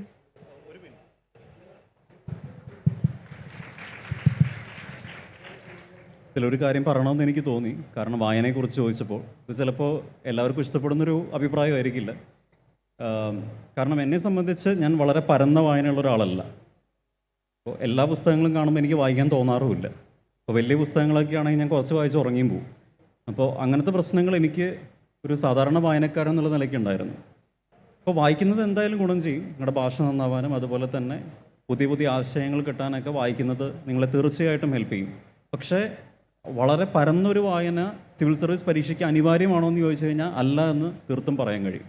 കാരണം സിലബസ് സ്പെസിഫിക് ആയിട്ടുള്ളൊരു എക്സാമിനേഷൻ തന്നെയാണത്. അപ്പോൾ ഞാനത് പറയുന്നതെന്ന് പറഞ്ഞു കഴിഞ്ഞാൽ അങ്ങനെ വായിക്കാൻ വളരെയധികം ഇഷ്ടമില്ലാത്തവർക്ക് ഇതൊരിക്കലും ഒരു ബാരിയറായിട്ട് തോന്നരുത്. എനിക്ക് വായിക്കാൻ വലിയ താല്പര്യമില്ല, എന്നാൽ നിങ്ങൾക്ക് ചിലപ്പോൾ നോളജ് അക്യുമുലേറ്റ് ചെയ്യാൻ നിങ്ങൾക്ക് വേറെ മെക്കാനിസംസ് ഉണ്ടാവും. നിങ്ങൾ കൂടുതലായിട്ടുള്ള ആശയങ്ങൾ ചിലപ്പോൾ ഉണ്ടാക്കുന്നത് പല സിനിമകൾ കണ്ടിട്ടായിരിക്കും. ഇപ്പോൾ വിദേശ സിനിമകൾ കണ്ട് അവിടുത്തെ സംസ്കാരത്തെക്കുറിച്ചും അവിടെ നിലനിൽക്കുന്ന ആചാരങ്ങളെക്കുറിച്ചൊക്കെ നിങ്ങൾക്ക് ഒരു പുസ്തകം വായിക്കുന്ന ആളെക്കാളും കൂടുതൽ പരിജ്ഞാനവും കാര്യങ്ങളും ഉണ്ടാവും. അപ്പോൾ അങ്ങനെയുള്ളവർക്കും ഇതൊരു ബാരിയർ അല്ല. നിങ്ങൾ ഏതെങ്കിലും രീതിയിൽ നിങ്ങളുടേതായിട്ടുള്ള രീതിയിൽ നോളജ് അക്യുമുലേറ്റ് ചെയ്യണമെന്ന് മാത്രമേ ഉള്ളൂ. അപ്പോൾ അത് എല്ലാവരും ഒന്ന് മനസ്സിൽ വയ്ക്കുക. കാരണം വായന എന്ന് പറയുന്നത് നല്ലതാണ്, തീർത്തും നല്ലതാണ്. പക്ഷേ വായന ഒരു ശീലമായിട്ടില്ലാത്തവർക്കാണെങ്കിൽ പോലും സിവിൽ സർവീസ് എന്ന് പറയുന്നത് അപ്രാപ്യമല്ല. Thank you sir. അത് ചിലർക്കെങ്കിലും ഒരു വലിയ റിലീഫാണല്ലേ. അത്രയൊന്നും വായിക്കുന്ന ആളല്ലെങ്കിലും നമുക്കും സിവിൽ സർവീസ് നേടാം എന്നുള്ള ഒരു ആശ്വാസം ഇതിനകത്തുണ്ട്. അടുത്ത ചോദ്യത്തിലേക്ക് പോവാം. നമസ്കാരം, ഞാൻ ഫാത്തിമ ഷിഫാന, മലപ്പുറം ആലത്തൂർ KHMHS സ്കൂളിൽ നിന്നാണ് വരുന്നത്. അപ്പോൾ സാറ് പറഞ്ഞല്ലോ കോൺസിസ്റ്റൻസി അതുപോലെ hard works leads to success. അപ്പോൾ സാറ് പഠിക്കുന്ന ടൈമിൽ സാറ് ഫോളോ അപ്പ് ചെയ്തിട്ടുള്ള ഒരു ടൈം ടേബിൾ അല്ലെങ്കിൽ ഒരു ടൈം ഷെഡ്യൂൾ ഒന്ന് ഷെയർ ചെയ്യുമോ? This question you all can answer, I think, because what was your study pattern? അപ്പോൾ ഇത് ഓരോരുത്തരുടെയും വ്യത്യസ്തമായിട്ടുള്ളൊരു ഉത്തരവായിരിക്കും. അതുകൊണ്ട് തന്നെ ആദ്യം എൻ്റെ ഒരു സ്റ്റഡി പാറ്റേണിനെ കുറിച്ച് പറയാം. അത് കഴിഞ്ഞിട്ട് അതുലും ശാരികയും അതിനെക്കുറിച്ച് ഒരു വ്യക്തത വരുത്തുന്നതാണ്. അപ്പോൾ എൻ്റെ ഒരു കാര്യം എന്ന് പറയുന്നത്, ഞാൻ ആദ്യത്തെ അറ്റംപ്റ്റിൽ ഞാൻ പ്രിപ്പയർ ചെയ്തപ്പോൾ എനിക്ക് വ്യക്തമായിട്ടുള്ളൊരു ടൈം ടേബിൾ ഉണ്ടായിരുന്നില്ല. ഞാനൊരു ദിവസം ചിലപ്പോൾ 8 മണിക്കൂർ പഠിക്കും, ചില ദിവസം 2 മണിക്കൂർ, ചില ദിവസം പഠിക്കില്ല. അപ്പോൾ അങ്ങനെയുള്ളൊരു രീതിയാണ് ഞാൻ പലപ്പോഴും പിന്തുടർന്ന് പോന്നിരുന്നത്. പക്ഷേ രണ്ടാമത്തെ അറ്റംപ്റ്റിൽ എനിക്ക് മനസ്സിലായി ഈ ഒരു രീതിയിൽ പോയി കഴിഞ്ഞ് കഴിഞ്ഞാൽ ചിലപ്പോൾ ശരിയാവില്ല എന്ന്. അപ്പോൾ ഞാൻ ചെയ്തതെന്ന് പറഞ്ഞു കഴിഞ്ഞാൽ ഈ സിലബസിനെ ഒരു മൈക്രോ പ്ലാനാക്കി മാറ്റി. ഓരോ ദിവസവും ഞാൻ കവർ ചെയ്യേണ്ട സിലബസ് ടോപ്പിക് എന്താണെന്നുള്ളതിനെക്കുറിച്ചൊരു ടൈം ടേബിൾ ഞാൻ ഉണ്ടാക്കി. ആ ടൈം ടേബിളിന് വ്യക്തമായിട്ടുള്ളൊരു ടൈം സ്ലോട്ടും കൊടുത്തു. ഇന്ന സമയം ഞാൻ ഇന്ന ടോപ്പിക്ക് പഠിക്കും. അത് പഠിക്കാൻ കഴിഞ്ഞില്ലെങ്കിൽ ഞാൻ പിറ്റേ ദിവസത്തേക്ക് അത് ക്യാരി ഫോർവേഡ് ചെയ്യും. അപ്പോൾ ഒരു അക്കൗണ്ടബിലിറ്റി മെക്കാനിസം, ഒരു ടൈം ടേബിളും ഒരു ഫിക്സഡ് ടൈം പീരീഡും വെച്ച് നമ്മൾ ഉണ്ടാക്കി കഴിഞ്ഞ് കഴിഞ്ഞാൽ ആ കൺസിസ്റ്റൻസി ബിൽഡ് ചെയ്യാൻ വളരെയധികം ഹെൽപ്പ് ചെയ്യും. ഞാൻ ഫോളോ ചെയ്തിരുന്നൊരു പ്രിൻസിപ്പിൾ എന്ന് പറയുന്നത്, ആദ്യത്തെ ഒരു 5 ദിവസം ഞാൻ പഠിക്കും. മൺഡേ ടു ഫ്രൈഡേ ഞാൻ പഠിക്കും, സാറ്റർഡേ ഞാൻ റിവൈസ് ചെയ്യും, സൺഡേ ഈ ഒരു ടോപ്പിക്കിൽ തന്നെ ഒരു ടെസ്റ്റ് കൊടുക്കും. അപ്പോൾ അതായിരുന്നു എൻ്റെ മെക്കാനിസം ടു സ്റ്റഡി. ഇത് നിങ്ങൾ എന്ത് പഠിക്കുകയാണെങ്കിലും ഈ ഒരു മെക്കാനിസം നിങ്ങൾക്ക് ഉപയോഗിക്കാം. നിങ്ങളൊരു എൻട്രൻസ് എക്സാമിനേഷന് പ്രിപ്പയർ ചെയ്യുകയാണെങ്കിലും അല്ലെങ്കിൽ നിങ്ങളുടെ ഒരു ഡിഗ്രി ഫൈനൽ ഇയറിന് പഠിക്കുകയാണെങ്കിലും നിങ്ങൾക്ക് ഈ മെക്കാനിസം ഉപയോഗിക്കാവുന്നതാണ്. ആദ്യത്തെ 5 ദിവസം പഠിക്കുക, 6ാമത്തെ ദിവസം റിവൈസ് ചെയ്യുക, 7ാമത്തെ ദിവസം ടെസ്റ്റ് കൊടുക്കുക. അതിൽ ഏറ്റവും പാടുള്ള കാര്യം എന്ന് പറയുന്നത് റിവൈസ് ചെയ്യുക എന്നുള്ളതാണ്. പക്ഷേ ഏറ്റവും കൂടുതൽ ഔട്ട്പുട്ടും അല്ലെങ്കിൽ ഔട്ട്കമും എല്ലാം ഉള്ളത് റിവിഷനാണ്. ആ റിവിഷൻ ഒരിക്കലും ഇഗ്നോർ ചെയ്യാതിരിക്കുക. റിവിഷന് കൃത്യമായിട്ടുള്ള ഒരു ടൈം സ്ലോട്ട് ഇട്ട് ആ റിവിഷൻ കംപ്ലീറ്റ് ചെയ്യുക. അപ്പോൾ ഇതാണ് എൻ്റെ ബേസിക് അപ്രോച്ച്. ഞാൻ ആദ്യം അതിലോട്ട് പോവാം, അത് കഴിഞ്ഞിട്ട് ശാരിക ഇതിനെക്കുറിച്ചൊരു അഭിപ്രായം പറയുന്നതായിരിക്കും. Thank you, sir. As sir said, I think the micromanagement of each topic, I think that is how even my study pattern was. As sir said, I also used to make a plan for a day, for a week, and then most of the day was for studying, reading, covering topics, and then some time was for revision, and perhaps like towards the later stage of the exam preparation, I used to have some time, as sir said, for few days for revision, and Sunday was for some mock test series I used to keep on Sundays. So that is how the pattern was. Nothing much to add to sir, what sir said, but just one point I think I used to make sure that any difficult topics that I'm studying, I used to study towards the morning, the first half when we are fresh, because then our attention span is more, we are able to concentrate better. So that was the thing that I followed. Perhaps that can be the only addition to what sir said. Otherwise, I think what sir said encompasses how I used to study.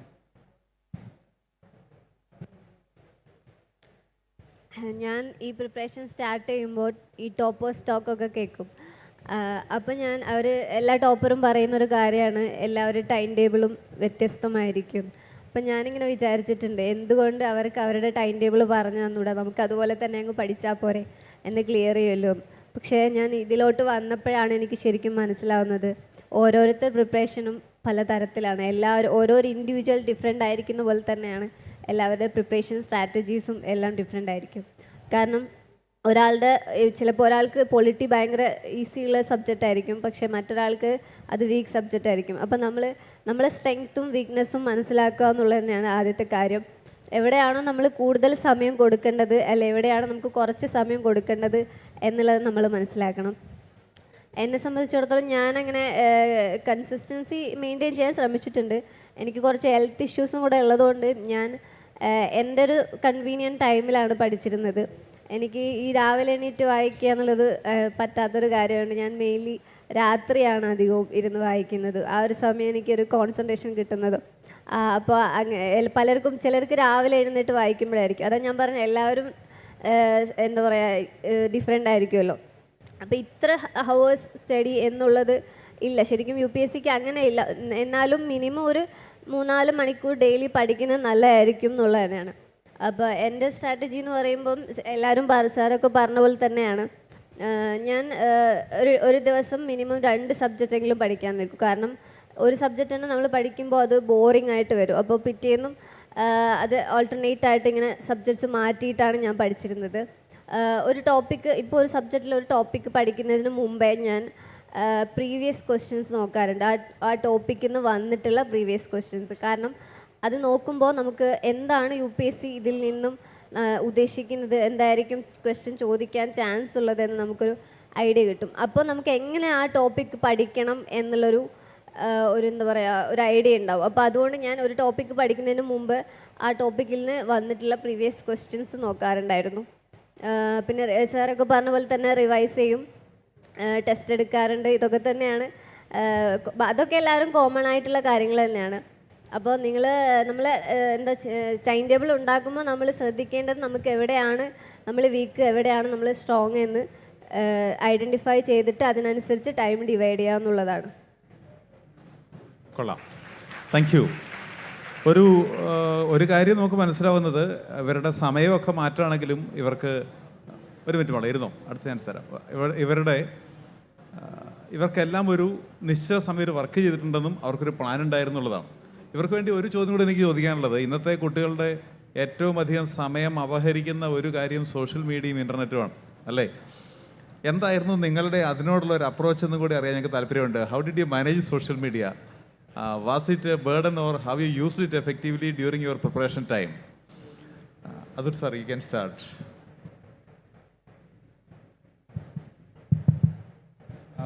Actually, social media, I'm not a very avid user of social media. So even during preparation, I had no access to social media. And I now also I don't have any footprints on social media. So for me, I think it was easy. There was no social media before also, during the preparation also, and now also. So I probably am not the best person to talk on this subject. അതിൽ തന്നെ ഒരു ഉത്തരവുണ്ട്. ഇന്നലെ രാത്രി WhatsApp അയച്ചിട്ട് ഇന്ന് രാവിലെ ഒരു സമയത്ത് അദ്ദേഹം കണ്ടത്. That's a good answer sir. Atul sir, Akhil sir പറയൂ. ഈ അതുൽ പറഞ്ഞ പോലെ തന്നെയാണ്, എനിക്കും സോഷ്യൽ മീഡിയയിൽ വലിയ ഫുട് പ്രിൻ്റ് ഒന്നുമില്ല. പക്ഷേ ഞാൻ പ്രിപ്പറേഷൻ തുടങ്ങുന്നതിന് മുന്നേ ഉള്ള ഒരു കാലഘട്ടത്തിൽ ഞാൻ സോഷ്യൽ മീഡിയ അത്യാവശ്യം ഉപയോഗിച്ചിരുന്ന ഒരാളാണ്. അപ്പോൾ ഫേസ്ബുക്ക് ആയിരുന്നു ആ സമയത്ത് 2016 വരെ ട്രെൻഡായിട്ടുണ്ടായിരുന്നു. അപ്പോൾ ഫേസ്ബുക്ക് ഞാൻ നന്നായിട്ട് ഉപയോഗിക്കാറുണ്ട്. 2018 ശേഷം എനിക്ക് ഇൻസ്റ്റാഗ്രാമും ഉണ്ടായിരുന്നു. പക്ഷേ പ്രിപ്പറേഷൻ തുടങ്ങിയ സമയത്ത് ഞാൻ ഇതെല്ലാം ഡീആക്ടിവേറ്റ് ചെയ്തിട്ടുണ്ടായിരുന്നു. അതെല്ലാവരും ചെയ്യണമെന്നല്ല, അത് ഉപയോഗിച്ചുകൊണ്ട് തന്നെ ക്ലിയർ ചെയ്ത ആൾക്കാരുണ്ട്. പക്ഷേ എനിക്ക് തോന്നിയെന്ന് പറഞ്ഞു കഴിഞ്ഞാൽ ഞാൻ ഒരു പരിധിക്ക് മേലെയുള്ള സമയം ഈ സോഷ്യൽ മീഡിയ പ്ലാറ്റ്ഫോമിൽ സ്പെൻഡ് ചെയ്യുന്ന ഉണ്ട് എന്നുള്ളൊരു അനാലിസിസിൻ്റെ പുറത്താണ് ഞാൻ സോഷ്യൽ മീഡിയ അക്കൗണ്ട്സ് എല്ലാം ഡീആക്ടിവേറ്റ് ചെയ്തിരിക്കുന്നത്. അപ്പോൾ എൻ്റെ പ്രിപ്പറേഷൻ്റെ ഫേസ് കഴിഞ്ഞിട്ടാണ്, റാങ്ക് കിട്ടിയതിന് ശേഷമാണ് ഞാൻ സോഷ്യൽ മീഡിയ ഉപയോഗിച്ച് തുടങ്ങിയത്. ഇപ്പം അങ്ങനെ ഉപയോഗിക്കാനുള്ള ഒരു സമയവും കാര്യങ്ങളും കിട്ടാറുമില്ല. അപ്പോൾ സോഷ്യൽ മീഡിയ ഉപയോഗം എനിക്ക് അത്യാവശ്യം കുറവാണ്. പ്രിപ്പറേഷൻ ഫേസിൽ ഒരു പക്ഷേ സോഷ്യൽ മീഡിയ ഇല്ലാതിരുന്നത് എന്നെ സംബന്ധിച്ച് പേഴ്സണലി വളരെയധികം ബെനിഫിറ്റ് ചെയ്തിട്ടുണ്ട്. ഞാൻ ആ സമയത്തൊരു ഫീച്ചർ ഫോണാണ് ഉപയോഗിച്ചിരുന്നത്. അപ്പോൾ പഠിക്കാനുള്ള കാര്യങ്ങളെല്ലാം മോസ്റ്റ്ലി ഞാൻ ലാപ്ടോപ്പ് ത്രൂ തന്നെയാണ് പഠിച്ചിരുന്നത്. പക്ഷേ സാർ, ഈ ഇൻ്റർനെറ്റ് ഉപയോഗിക്കാറുണ്ടായിരുന്നു പഠിക്കാൻ? തീർച്ചയായിട്ടും, കാരണം ഇൻ്റർനെറ്റ് ഉപയോഗിക്കാതെ ഒരു പ്രിപ്പറേഷൻ ഇല്ല. അപ്പോൾ ഇൻ്റർനെറ്റിൻ്റെ സാധ്യതകൾ എന്തായാലും ഉപയോഗിക്കണം. അത് മാത്രമല്ല, ഇപ്പോഴത്തെ ഒരു സാഹചര്യത്തിൽ എനിക്ക് തോന്നുന്നത് നിങ്ങൾ ആർട്ടിഫിഷ്യൽ ഇൻ്റലിജൻസിൻ്റെ സഹായം വളരെയധികം ഉപയോഗിക്കണം. ഇപ്പോൾ ChatGPT പോലെയുള്ള പ്ലാറ്റ്ഫോംസ് ഉണ്ട്, ജെമിനൈ പോലത്തെയുള്ള പ്ലാറ്റ്ഫോംസ് ഉണ്ട്. പ്രിപ്പറേഷൻ വളരെയധികം എളുപ്പമാക്കാൻ സാധ്യതയുള്ള 2 കാര്യങ്ങളാണത്. എനിക്ക് തോന്നുന്നു ഞങ്ങൾ പ്രിപ്പയർ ചെയ്തൊരു കാലഘട്ടത്തിൽ we did not have ChatGPT and Gemini, right? Had it been there, it would have revolutionise preparation. That is the impact of artificial intelligence, especially when it comes to UPSC preparation. എന്നാൽ നിങ്ങൾക്ക് notes simplify ചെയ്യാനും summarise ചെയ്യാനും വളരെ complicated ആയിട്ടുള്ള കാര്യങ്ങൾ വളരെ എളുപ്പത്തിൽ പറഞ്ഞു തരാനൊക്കെ ഈ ആർട്ടിഫിഷ്യൽ ഇൻ്റലിജൻസ് ടൂളുകൾക്ക് കഴിയും. അപ്പോൾ അതിൻ്റെ എല്ലാം സാധ്യതകൾ ഉപയോഗപ്പെടുത്തി വേണം നിങ്ങൾ എപ്പോഴും പ്രിപ്പയർ ചെയ്യാൻ. അതുകൊണ്ട് സോഷ്യൽ മീഡിയ എന്നുള്ളത് വേണ്ട എന്ന് പറയുമ്പോഴും, വേണ്ടെന്ന് ഞാൻ പറയില്ല, സോഷ്യൽ മീഡിയ നല്ല രീതിയിൽ റെസ്പോൺസിബിളായിട്ട് നിങ്ങളുടെ ടൈം മാനേജ്മെൻറ്റ് കൂടി ഉൾപ്പെടുത്തി ഉപയോഗിക്കുകയാണെങ്കിൽ അത് നല്ലത് തന്നെയാണ്. പക്ഷെ ഒരിക്കലും ഇൻ്റർനെറ്റ് കട്ട് ഓഫ് ചെയ്യരുത്. Very good insight, thank you sir. Sarika മിസ്സിൻ്റെ ഒരു social media usage, internet usage കൂടെ കേട്ടിട്ട് നമുക്ക് മുമ്പോട്ട് പോവാം.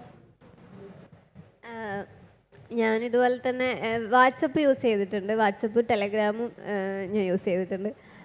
ബാക്കി എനിക്ക് ആ സമയത്ത് ഞാൻ അങ്ങനെ യൂസ് ചെയ്യാറില്ല. പക്ഷേ നമ്മൾ അത് യൂസ് ചെയ്യണ്ടോ തീരുമാനിക്കുന്നത് നമ്മൾ തന്നെയാണ്. നമ്മൾ തന്നെ നമ്മളോട് ചോദിച്ചാൽ മതി, ഇത് യൂസ് ചെയ്യുന്നത് കൊണ്ട് എൻ്റെ സമയം നഷ്ടപ്പെടുമോ, അല്ലെങ്കിൽ എൻ്റെ ഫോക്കസ് കോൺസെൻട്രേഷനൊക്കെ നഷ്ടപ്പെടുമോ ഇല്ല എന്നുള്ളൊരു ആൻസർ ആണെങ്കിൽ നിങ്ങൾക്ക് തീർച്ചയായിട്ടും നമ്മൾ ഫ്രീ ടൈമിലോ അല്ലെങ്കിൽ നമ്മൾ റിലാക്സ് ചെയ്യുന്ന സമയത്തോ ഒരു 5 മിനിറ്റ് അങ്ങനെയൊക്കെ നമ്മൾ എന്താ പറയുക കൺവീനിയൻ്റ് ആയിട്ടൊക്കെ യൂസ് ചെയ്യുന്ന പറ്റിയ തന്നെയാണ്. കൂട്ടത്തിൽ നമുക്ക് അതിൽ തന്നെ ബെനിഫിറ്റും ഉണ്ട്. കാരണം നമ്മൾ ഓരോരോ UPSCൻ്റെ പേജസ് ഉണ്ട്, അത് നമുക്ക് ഫോളോ ചെയ്യാം. അപ്പോൾ അതിൽ നിന്നും നമുക്ക് അറിവ് കിട്ടും. അപ്പോൾ നിങ്ങൾ ആ സമയം അതിനു വേണ്ടി യൂസ് ചെയ്യുന്ന സമയത്തും നമ്മൾ പ്രിപ്പറേഷൻ യൂസ്ഫുൾ ആവുന്ന കാര്യങ്ങളും നോക്കാം എന്നുള്ളതാണ്. Thank you miss. പുരുഷോത്തം സാറേ, അവിടെ ഒരാൾ ചോദിച്ചിരുന്നു. യെസ്. ഹലോ സർ, എൻ്റെ പേര് അനുഗ്രഹ. ഞാൻ അവിടെ സേക്രഡ് ഹാർട്ട് സ്കൂളിൽ +1 പഠിക്കുന്നത്. എൻ്റെ ചോദ്യം എന്ന് പറയുന്നത്, ഇപ്പോൾ നമ്മൾ IAS ഓഫീസറായിട്ട് ഒരു സീറ്റിലിരിക്കുകയാണെങ്കിൽ നമുക്ക് ചെയ്യേണ്ടതായിട്ട് വരുന്ന ജോബുകൾ എന്തൊക്കെയാണ്? എന്തൊക്കെ മേഖലകളിലാണ് നമ്മൾ നമ്മുടെ കണ്ണ് കൊണ്ടുപോകേണ്ടത്? അങ്ങനെ എന്തെങ്കിലും പ്രത്യേകമായിട്ടുണ്ടാവല്ലോ, അതെന്തൊക്കെയാണെന്ന് അറിഞ്ഞാൽ കൊള്ളായിരുന്നു. A very broad question. കാരണം തുടക്കം മുതൽ ഇവർ ഇരിക്കുന്ന സീറ്റുകൾ അത്ര അധികമാണ്. മറ്റൊരു കരിയറിൽ ഇത്രയധികം സീറ്റുകൾ അവർ ഇരിക്കാറില്ല. എന്തായാലും അതൊരു സീനിയർ മോസ്റ്റ് ഇപ്പോൾ അഖിൽ സാറാണ്. സാറിന് അതിന് ആൻസർ പറയാം. ഇപ്പോൾ നേരത്തെ ഞാൻ UPSC പരീക്ഷയെക്കുറിച്ച് പറഞ്ഞു. സൂര്യന് താഴെയുള്ള എല്ലാ കാര്യങ്ങളും UPSCക്ക് പഠിക്കേണ്ടതെന്ന്. പക്ഷേ IASലിരിക്കുമ്പോൾ നമ്മൾ സൂര്യന് താഴെയുള്ള മിക്ക കാര്യങ്ങളും നമ്മൾ നോക്കേണ്ടി വരുന്നുള്ളതാണ് അതിൻ്റെ ഒരു സത്യം. ഇപ്പോൾ IAS എന്ന് പറയുന്നത് എന്നുവെച്ചാൽ ബാക്കി സിവിൽ സർവീസിൽ വളരെയേറെ വലിയ കരിയർ സാധ്യതകളുണ്ട്. ഇപ്പോൾ അതിൽ ഉണ്ടായിരുന്ന റവന്യൂ സർവീസ് പോലെ, അല്ലെങ്കിൽ ഇന്ത്യൻ പോലീസ് സർവീസ് പോലെ, ഇന്ത്യൻ ഫോറിൻ സർവീസ് പോലെ കുറേയേറെ സാധ്യതകളുള്ള സർവീസുകളുണ്ട്. പക്ഷേ ഇതിനെല്ലാം ഒരു പൊതു സ്വഭാവമുണ്ട്. ഇതെല്ലാം ഒരു സ്പെഷ്യലൈസ്ഡ് മേഖലയിൽ ഫോക്കസ് ചെയ്ത് ഒരു സ്പെഷ്യലിസ്റ്റ് സർവീസുകളും കൂടിയാണ്, ഒരു ജനറലിസ്റ്റ് സർവീസ് അല്ല. പക്ഷേ IASൻ്റെ പ്രത്യേകത എന്ന് പറയുന്നത് പണ്ടുണ്ടായിരുന്ന ബ്രിട്ടീഷ് സമയത്തുണ്ടായിരുന്ന ഇന്ത്യൻ സിവിൽ സർവീസിൻ്റെ ഒരു പിന്തുടർച്ച എന്നുള്ള രീതിയിൽ ഒരു ജനറലിസ്റ്റ് സർവീസ് തന്നെയാണ് ഇന്ത്യൻ അഡ്മിനിസ്ട്രേറ്റീവ് സർവീസ്. ഒരു ജനറലിസ്റ്റ് സർവീസ് ആകുമ്പോൾ നമ്മൾ ഇടപെടുന്ന മേഖല എന്ന് പറയുന്നത് വളരെ വ്യത്യസ്തവും വൈവിധ്യം നിറഞ്ഞതുമായിരിക്കും. ഇപ്പോൾ ഞങ്ങളുടെ ഒരു സ്റ്റാർട്ടിംഗ് പോസ്റ്റ് എന്ന് പറയുന്നത് അസിസ്റ്റൻറ്റ് കളക്ടറിൻ്റെ ട്രെയിനിങ് ആണ്. അപ്പോൾ നമ്മൾ കളക്ടറുടെ ട്രെയിനി ആയിട്ടാണ് അസിസ്റ്റൻറ്റ് കളക്ടറിൻ്റെ ട്രെയിനിങ് പെർഫോം ചെയ്യുന്നത്. ആ സമയത്ത് നമ്മുടെ ട്രെയിനിങ്ങിന് ആസ്പദമായിട്ടുള്ള കാര്യങ്ങളെക്കുറിച്ച് പഠിക്കും. കളക്ടർ അസൈൻ ചെയ്യുന്ന ചില സ്പെസിഫിക് പ്രൊജക്റ്റുകൾ നമ്മൾ ചെയ്യും. അപ്പോൾ അങ്ങനെയൊക്കെയാണ് അസിസ്റ്റൻറ്റ് കളക്ടറുടെ ഒരു പോസ്റ്റ് പോകുന്നത്. ഇപ്പോൾ ഞാനിരിക്കുന്ന പൊസിഷൻ എന്ന് പറയുന്നത് സബ് കളക്ടർ എന്ന് പറഞ്ഞ പൊസിഷനാണ്. അതിനുശേഷം നമുക്ക് കിട്ടുന്ന ഒരു പൊസിഷനാണ് സബ് കളക്ടർ. ഇപ്പോൾ സബ് കളക്ടർ എന്ന് പറഞ്ഞ പൊസിഷൻ്റെ അനുബന്ധമായിട്ടുള്ള ഒരു കാര്യമാണ് സബ് ഡിവിഷണൽ മാജിസ്ട്രേറ്റ്. അപ്പോൾ ക്രിമിനൽ സംഹിതയിൽ പറയുന്ന കുറേയേറെ അവകാശങ്ങളും അതുപോലെ തന്നെ ഉത്തരവാദിത്തങ്ങളും ഉള്ളൊരു പോസ്റ്റാണ് സബ് ഡിവിഷണൽ മാജിസ്ട്രേറ്റിൻ്റെത്. എന്ത് തർക്കമുണ്ടെങ്കിലും അതിലിടപെടാനും അത് പരിഹരിക്കാനുമുള്ള റെസ്പോൺസിബിലിറ്റി സബ് കളക്ടർ എന്ന നിലയ്ക്കുണ്ട്. അതുമാത്രമല്ല, ഭൂമി സംബന്ധമായിട്ടുള്ള എല്ലാ കാര്യങ്ങളിലും ഇടപെടേണ്ടി വരും. അതിനുശേഷം പിന്നീട് നമ്മൾ പോകുന്നത് വിവിധ വകുപ്പുകളുടെ തലവന്മാരായിട്ടാണ്. ഇപ്പോൾ ടൂറിസം ഡിപ്പാർട്ട്മെൻറ്റ് തലവനായി പോകാം, ഹെൽത്ത് ഡിപ്പാർട്ട്മെൻറ്റ് തലവനായിട്ട് പോകാം, എഡ്യൂക്കേഷൻ ഡിപ്പാർട്ട്മെൻറ്റ് അവിടെ പോകാം, അല്ലെങ്കിൽ IT മിഷൻ്റെ ഡയറക്ടറായിട്ട് പോകാം. ഇങ്ങനെ പലതരത്തിലുള്ള ഓപ്പർച്യൂണിറ്റീസ് നമുക്കുണ്ട്. അപ്പോൾ ഇത്രയും വൈവിധ്യം നിറഞ്ഞൊരു സർവീസാണ് സിവിൽ സർവീസസ്. സ്വാഭാവികമായിട്ട് നിങ്ങൾക്കൊരു ചോദ്യം ഉണ്ടാവും, ഇങ്ങനെ എല്ലാ സ്ഥലങ്ങളിലോട്ടും പോകുമ്പോൾ ഈ കാര്യങ്ങളെക്കുറിച്ചൊക്കെ എങ്ങനെ പഠിക്കുമെന്നുള്ളത്. അതുകൊണ്ടാണ് ഞാൻ പറഞ്ഞത് ഈ സർവീസ് ഒരു ജനറലിസ്റ്റ് സർവീസാണ്. ഓരോ പൊസിഷനിൽ നമ്മൾ എത്തുമ്പോൾ ആ ജോബിലിരുന്നുകൊണ്ടാണ് ആ ജോബിനെ കുറിച്ച് പഠിക്കുന്നത്. നമുക്കൊരു ബേസിക് മാനേജറിയൽ സ്കിൽസ് ഉണ്ടെങ്കിൽ ഓവർ ടൈം ആ ഒരു എക്സ്പീരിയൻസും അനുഭവ പരിചയവും വെച്ച് എല്ലാ മേഖലകളിലും നമുക്ക് ഈക്വലി കോമ്പിറ്റൻ്റ് ആയിട്ട് വർക്ക് ചെയ്യാൻ പറ്റും. പക്ഷേ ആ basic skill sets over time നമ്മൾ ബിൽഡ് ചെയ്യണം. ക്ലിയർ അല്ലേ? സാറ് പറഞ്ഞതനുസരിച്ച് ഒരു സംസ്ഥാനത്തെ ഏറ്റവും ഉയർന്ന ഉദ്യോഗസ്ഥൻ ചീഫ് സെക്രട്ടറിയാണ്. അതുവരെ ഒരു IASകാരനായിരിക്കും. ഏറ്റവും ഉയർന്ന പോലീസ് ഉദ്യോഗസ്ഥൻ നമ്മുടെ DGP, അദ്ദേഹം ഒരു IPS ഓഫീസറായിരിക്കും. Cabinet secretary is the highest position in India അല്ലേ? വിദേശകാര്യ വകുപ്പിലാണെങ്കിൽ സിവിൽ സർവീസ് 1ാം റാങ്ക് നേടിയിട്ട് പോയ ആളാണ് നിരുപമ റാവു. അവർ സെലക്ട് ചെയ്ത IFS ആണ്. അപ്പോൾ അവർ ഇപ്പോഴത്തെ വിദേശകാര്യ മന്ത്രിയൊക്കെ അവർ ഫോറിൻ സെക്രട്ടറി ആയിരുന്നു. അങ്ങനെ അത്രയും ഉയർന്ന പദവികൾ വരെ എത്താം. Yes. He has A question. ഞാൻ ടീച്ചറാണ്. അപ്പോൾ ഈ സ്റ്റുഡൻസിന് വേണ്ടിയിട്ട് ആണ് ചോദ്യം. നമ്മുടെ കുട്ടികൾ ഇപ്പോൾ ചോദിക്കാൻ തന്നെ കാരണമെന്ന് പറഞ്ഞാൽ കുറച്ച് പേർ കൂടി ഇവിടെ ചോദ്യമൊക്കെ ഉണ്ട്. പക്ഷെ പൊതുവേ നമ്മുടെ കുട്ടികളിൽ നിന്ന് അധികം ചോദ്യങ്ങൾ ക്ലാസ് മുറിയിലൊന്നും ഞങ്ങളിപ്പോൾ കാണാറില്ല. അതിൻ്റെ കാര്യം 2-3 പ്രശ്നങ്ങളാണ്. ഒന്ന്, ഇവരെ ഒരു ഇൻഹിബിഷനാണ്. ഞാൻ ചോദിക്കുന്ന ഒരു സംശയം തന്നെയോ എന്നുള്ളൊരു പ്രശ്നം ഉണ്ട്. രണ്ടാമത്തത് പിന്നെ ഈ ചോദ്യം വാട്ട് ക്വസ്റ്റ്യൻ ആണോ വൈ ക്വസ്റ്റ്യൻ ആണോ ഹൗ ക്വസ്റ്റ്യൻ ആണോ എന്നുള്ള അങ്ങനൊന്നുമില്ല. നമുക്കറിയാത്തതെല്ലാം നമ്മുടെ സംശയങ്ങളാണ്. ഞാൻ നിങ്ങൾക്ക് വേണ്ടിയാണ് ചോദിക്കുന്നത്. എൻ്റെ ക്വസ്റ്റ്യൻ ഇതാണ് സാർ. ഇപ്പം എന്തായാലും ഈ 3 പേരും നമുക്ക് വളരെ അസൂയ ഉണ്ടാക്കുന്ന നിലയിൽ ഇരിക്കുന്ന വ്യക്തിത്വങ്ങളാണ്. അപ്പോൾ നമ്മൾ ഈ സിവിൽ സർവീസിനെ കുറിച്ച് ചില ധാരണകൾ കൊണ്ട് അബദ്ധങ്ങൾ നിലനിൽപ്പുണ്ട്. ഒന്ന് പറയുന്നത് civil service the toughest exam in India, ഇന്ത്യയിലെ ഏറ്റവും കഠിനമായ പരീക്ഷ എന്ന് വിളിക്കുന്നു എന്നുള്ളതാണ് ഒരു കാര്യം. അപ്പോൾ എന്തുകൊണ്ട് ഇതിനെ കഠിനമായ പരീക്ഷ എന്ന് വിളിക്കുന്നു? ഒരു ക്വസ്റ്റ്യൻ അതാണ്. രണ്ടാമത്തത്, ഈ ഇൻ്റർവ്യൂവുമായി ബന്ധപ്പെട്ട് പലതരം കഥകൾ നമ്മൾ കേട്ടിട്ടുണ്ട്. ഉദാഹരണത്തിന് മലയാറ്റൂർ രാമകൃഷ്ണൻ്റെ സർവീസ് സ്റ്റോറികൾ വായിക്കുമ്പോൾ അദ്ദേഹം അതിനകത്ത് പറയുന്നുണ്ട്, അദ്ദേഹത്തിനോട് ഇൻ്റർവ്യൂവിൽ ചോദിച്ചൊരു ചോദ്യത്തെക്കുറിച്ച് പറയുന്നത് what is the use of knife എന്ന് അദ്ദേഹത്തോട് ചോദിച്ചു. അപ്പോൾ തിരിച്ച് അദ്ദേഹം അതിന് മറുപടി പറഞ്ഞു ഐ ഡോണ്ട് നോ എന്ന് മറുപടി പറഞ്ഞു. ഈ രീതിയിൽ ഈ ഉരുളയ്ക്ക് ഉപ്പേരി പോലെ മറുപടി കൊടുക്കേണ്ടതാണ് ഇൻ്റർവ്യൂ എന്നൊരു ധാരണ നമ്മുടെ മനസ്സിൽ നിൽപ്പുണ്ട്. ഒരു കാര്യം. രണ്ടാമത്, അൽഫോൺസ് കണ്ണന്താനത്തിൻ്റെ പുസ്തകം ദ മേക്കിംഗ് എ ഡിഫറൻസ് എന്ന് പറയുന്ന പുസ്തകം വായിക്കുമ്പോൾ അതിനകത്ത് അദ്ദേഹം പറയുന്നുണ്ട്, എന്നോട് ചോദിച്ചൊരു ചോദ്യം, നിങ്ങളുടെ പേരെന്താണ്? അൽഫോൺസ്. അൽഫോൺസ് എന്ന് പറഞ്ഞാൽ ഒരു മാങ്ങയുടെ പേരല്ലേ എന്ന് ചോദിച്ചു. അപ്പോൾ ഇദ്ദേഹം പറഞ്ഞു അതെ മാങ്ങയുടെ പേരാണ്, മാങ്ങകളിൽ വെച്ച് ഏറ്റവും മുന്തിയ ഇനം മാങ്ങയാണ്, ഞാനും അതുപോലെ എന്ന് ഇദ്ദേഹം തിരിച്ചു പറയുന്നുണ്ട്. ഇതുപോലെ ഈ സിവിൽ സർവീസിന് നിങ്ങൾ 3 പേരോടും ചോദിച്ച ഒരു ഒന്നോ രണ്ടോ ചോദ്യങ്ങൾ നമ്മുടെ കുട്ടികളുടെ അറിവിലേക്കായിട്ട് 1-2 ചോദ്യങ്ങളും അവയ്ക്ക് നിങ്ങൾ പറഞ്ഞ മറുപടി കൂടി പറയാമെങ്കിൽ ഈ കുട്ടികൾക്ക് സഹായമാകുമെന്ന് ഞാൻ പ്രതീക്ഷിക്കുന്നു. Thank you. Good question. Sharika മിസ്സിന് തുടങ്ങാം, അവരൊന്ന് ഡിസ്കസ് ചെയ്യട്ടെ. എനിക്ക് മോസ്റ്റ്ലി അങ്ങനത്തെ എന്നെ കുഴക്കുന്ന ക്വസ്റ്റ്യൻസ് ഒന്നും ഉണ്ടായിരുന്നില്ല. എൻ്റെ ഡാഫ് ബേസ്ഡ് നമ്മൾ മെയിൻസ് ക്ലിയർ ചെയ്ത് കഴിഞ്ഞാൽ ഡീറ്റെയിൽഡ് ആപ്ലിക്കേഷൻ ഫോം 2 എന്ന് പറഞ്ഞിട്ട് നമ്മൾ ഫില്ല് ചെയ്ത് കൊടുക്കും. നമ്മൾ എവിടെയാണ് എഡ്യൂക്കേഷൻ ചെയ്തത്, നമ്മൾ എന്തിലാണ് ചെയ്തത്, പിന്നെ നമ്മളെ സ്ഥലം, പ്ലേസ് എല്ലാം കാര്യം നമ്മളെ ബേസിക് ഡീറ്റെയിൽസ് എല്ലാം നമ്മൾ അതിൽ കൊടുക്കുന്നതാണ്. അപ്പോൾ എന്നോട് ചോദിച്ചത് മോസ്റ്റ്ലി അത് ബേസ് ചെയ്തിട്ടാണ്. ഒരു ക്വസ്റ്റ്യൻ എന്ന് പറയുമ്പം എനിക്ക് കുറച്ചൊക്കെ ഓർമ്മയുള്ളൂ. ഞാൻ കോഴിക്കോടാണ് എൻ്റെ വീട്. അപ്പോൾ എന്നോട് ചോദിച്ചത് what is the historical importance of Kozhikode, അതാണ് അവർ ചോദിച്ചത്. അപ്പം ഞാൻ നമ്മളെ സാമൂതിരിനെ പറ്റിയും വാസ്കോഡഗാമ വന്നതും പിന്നെ നമ്മളെ കാലിക്കോ അങ്ങനെ കുറേയൊക്കെ അങ്ങനത്തെ കുറച്ച് കാര്യങ്ങളായിരുന്നു അന്ന് ആൻസർ ചെയ്തത്. പിന്നെ എൻ്റെ അടുത്ത് ചോദിച്ചത് പിന്നെ ഞാൻ BA ഇംഗ്ലീഷ് ലിറ്ററേച്ചർ ആയിരുന്നു. അപ്പോൾ ഇന്ത്യൻ ഇംഗ്ലീഷ് ഓതേഴ്സ് ഏതൊക്കെയാണെന്ന് ചോദിച്ചു. പിന്നെ സോഷ്യോളജി ഓപ്ഷണലായിരുന്നു. അപ്പോൾ അത് ഐഡിയോളജി ആണോ വേണ്ടത്, ലീഡേഴ്സ് ആണോ വേണ്ടത്? അപ്പം ഞാൻ 2 പേരും ബോത്ത് എന്നാണ് ഞാൻ ആൻസർ ചെയ്തത്. പിന്നെ എൻ്റെ അടുത്ത് ഇൻസ്പയറിങ് ഒരു കോട്ട് ഏതാണെന്ന് ചോദിച്ചു. അപ്പം ഞാൻ ഹെലൻ കെല്ലറിൻ്റെ വേർഡ്സാണ് പറഞ്ഞത്. അതിങ്ങനെയാണ്, I cannot do everything, but I can do something and I will do it. ഇത്രയൊക്കെ ക്വസ്റ്റ്യൻസ് എനിക്ക് ഓർമ്മയില്ല. Thank you, Miss. Adul sir, can you recollect few interview questions? How many were there in the interview boards? 5. 5. Okay, sir. So, thank you for that question. I've given 3 interviews, and in my experience at least, I've never had any uncomfortable question. In fact, the board has tried to make me very comfortable. And so in my experience, this is the board actually wants you to be comfortable and then answer the question. And again, they don't judge you. I think Akhil sir had also mentioned in the beginning, they don't judge you on what you don't know. They judge you on what you know. So even if you say, I don't know, to a couple of questions, even if you think that they are trying to, basically trying to trigger you, even if you say, I don't know, and, show a patient and a calm demeanor, that is that is taken very positively regarding your personality. So I would say that, as she also right now say, please just focus on controllables. There are so many things that you can't control, but there are also so many things that you can control. So you focus on what you can control and let the uncontrollables take care of themselves. Thank you. Thank you, sir.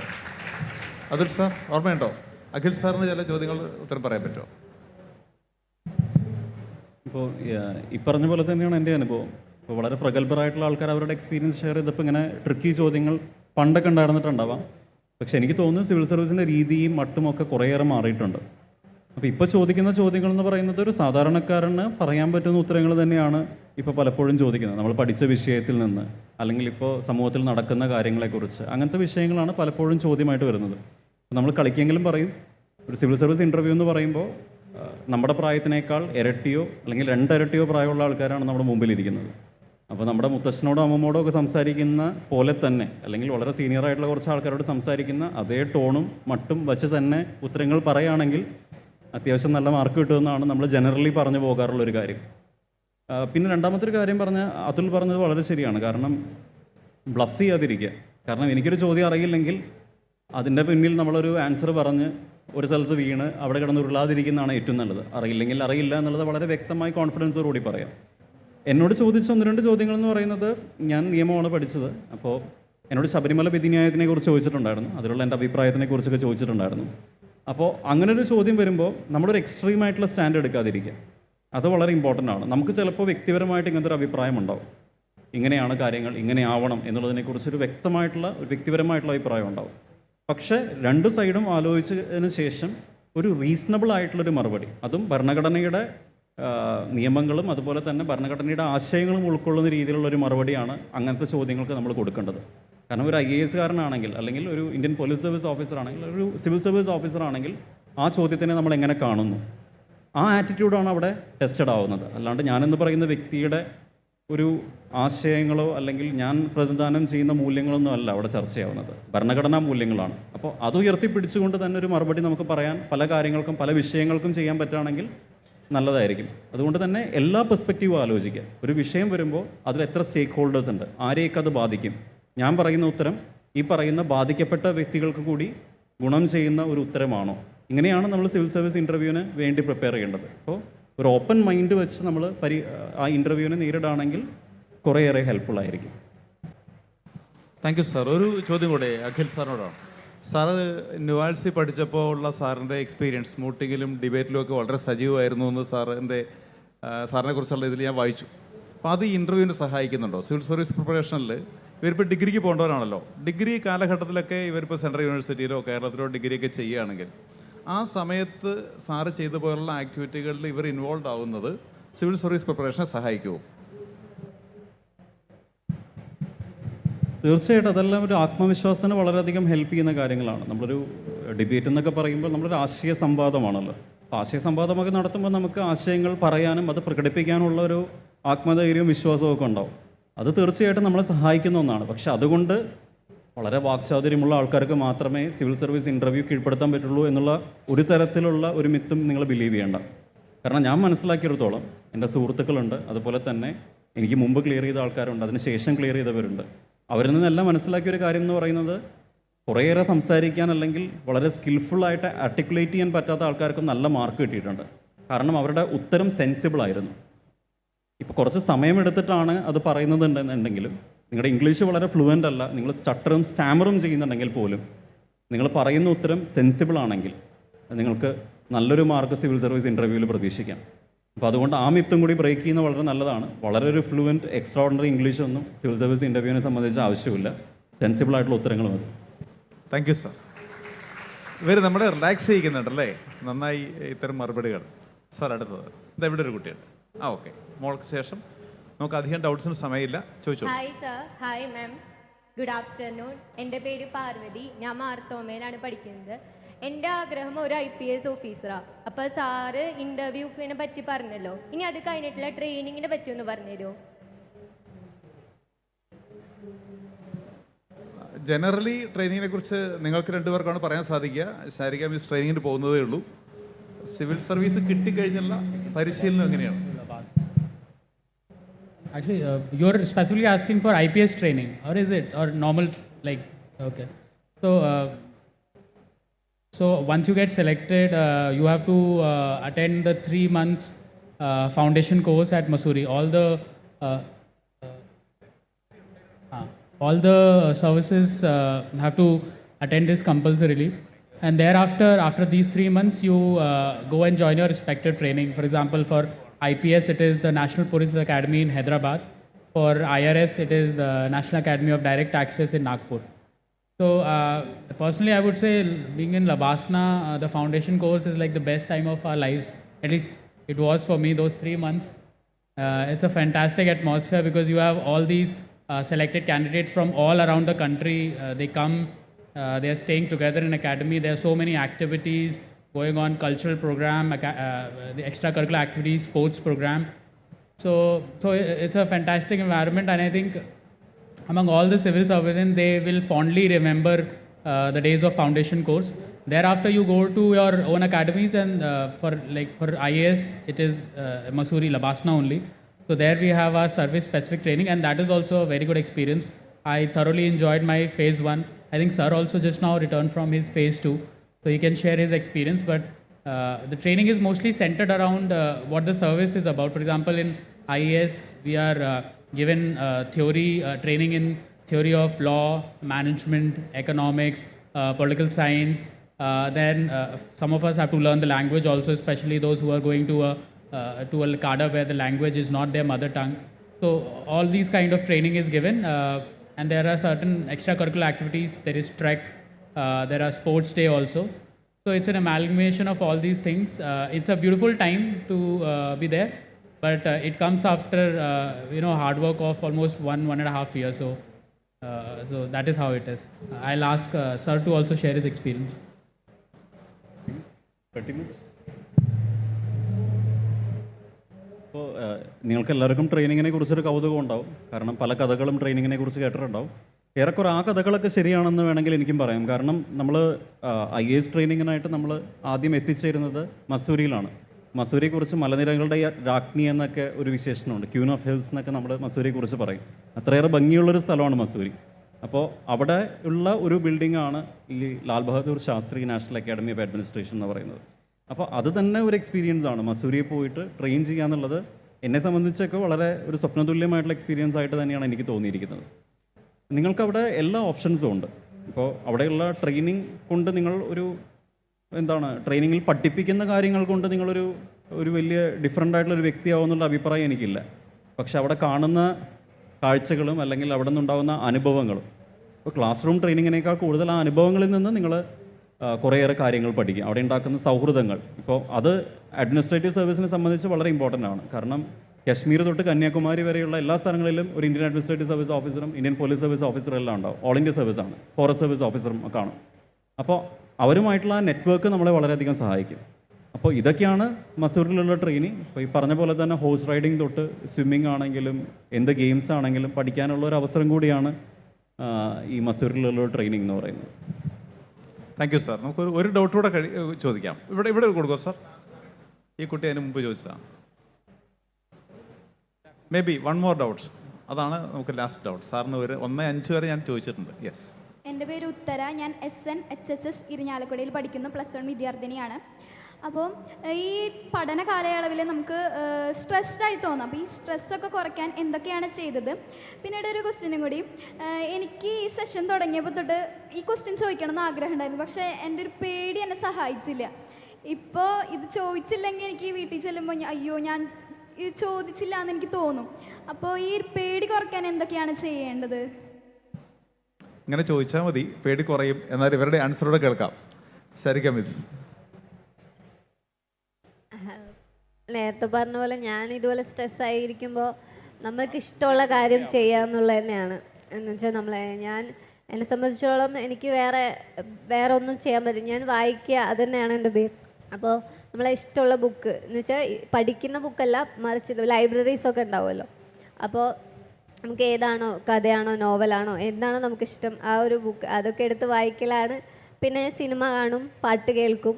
എനിക്കിഷ്ടമുള്ള കാര്യങ്ങൾ, നമ്മളിഷ്ടമുള്ള കാര്യങ്ങൾ ചെയ്യുക എന്നുള്ളത് തന്നെയാണ് ആ ഒരു സമയത്ത്.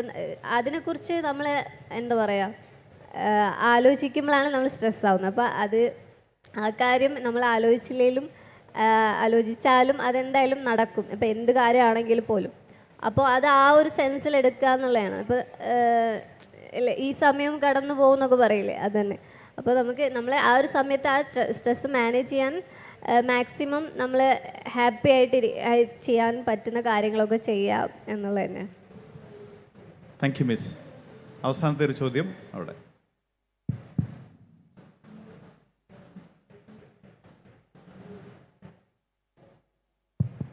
Good afternoon sir. എൻ്റെ പേര് റനത് ഫാത്തിമ. ഞാൻ വരുന്നത് തൃശ്ശൂർ ജില്ലയിലെ saint Joseph's higher secondary school മതിലകത്തു നിന്നാണ്. എൻ്റെ 2 ചോദ്യമാണുള്ളത്. ഫസ്റ്റ് വൺ, ഡിസ്റ്റൻസ് ആയിട്ടുള്ള എഡ്യൂക്കേഷൻ വെച്ചിട്ട്, ഡിസ്റ്റൻസ് ആയിട്ടുള്ള ഡിഗ്രി വെച്ചിട്ട് നമുക്ക് UPSC എഴുതാൻ പറ്റുമോ? അതിന് വാല്യൂ കിട്ടുമോ UPSC എക്സാം എഴുതുമ്പോൾ? പിന്നെ സെക്കൻഡ് വൺ, എന്തൊക്കെയാണ് IASൻ്റെ negative sides?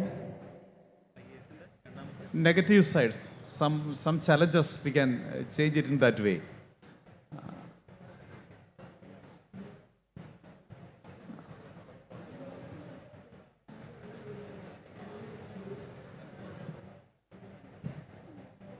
She's asking if learning has any less value.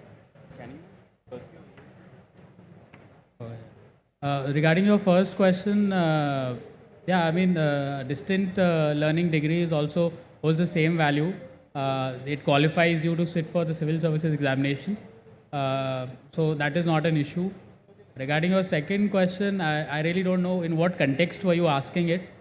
So, I mean, I would say that there is nothing that I have felt till now. Perhaps after some year of experience, maybe I'll have some answer to that question. ഒരു challenge ചെയ്യാൻ വേണമെങ്കിൽ പറയാം. കാരണം IAS എന്ന് പറയുന്നത് വളരെ demanding ആയിട്ടുള്ളൊരു ജോബാണ്. At least കുറച്ച് പൊസിഷൻസിലെങ്കിലും. ഇപ്പോൾ ഒരു ഫീൽഡ് പൊസിഷനിൽ നമ്മളൊരു IAS ഓഫീസർ ആണെങ്കിൽ അത് വളരെ ഡിമാൻഡിങ് ആണ്. എസ്പെഷ്യലി ഇപ്പോൾ ഒരു കളക്ടറായിട്ട് ഒരു ജില്ലയിൽ ഇരിക്കുകയാണെങ്കിൽ, നമ്മളൊരു ജില്ലയുടെ ഒരു ഭരണത്തലം എന്നുള്ള രീതിയിലാണ് കളക്ടറെ കാണുന്നത്. അപ്പോൾ എല്ലാ കാര്യങ്ങൾക്കും, ആ ജില്ലയെ സംബന്ധിച്ച എല്ലാ കാര്യങ്ങൾക്കും കളക്ടർ ഉത്തരവാദിയാണ്, അല്ലെങ്കിൽ ഉത്തരവാദിത്വമുള്ള ഒരാളാണെന്ന് പറയുന്നതായിരിക്കും കൂടുതൽ ഭയം.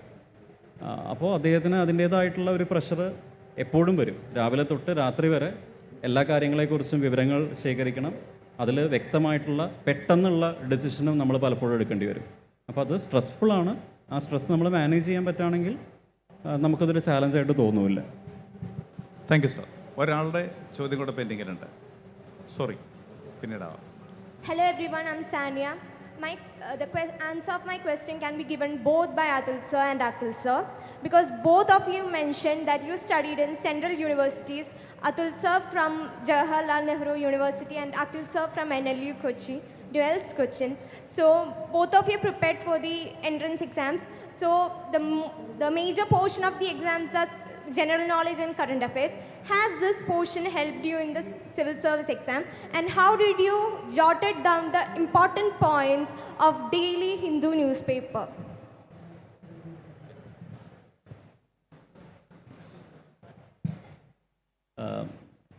ഒരു കാര്യം എന്ന് വെച്ചാൽ, നുവാൽസ് എന്ന് പറയുന്നത് ശരിക്കും ഒരു സെൻട്രൽ യൂണിവേഴ്സിറ്റി അല്ല, സ്റ്റേറ്റ് യൂണിവേഴ്സിറ്റിയാണ്. അപ്പോൾ നുവാൽസ് ആക്ട് എന്ന് പറഞ്ഞ് ഒരു ആക്ട് ഉണ്ട്. അതിൻ്റെ പ്രകാരമാണ് നുവാൽസ് യൂണിവേഴ്സിറ്റി കോൺസ്റ്റിറ്റ്യൂട്ട് ചെയ്തിരിക്കുന്നത്.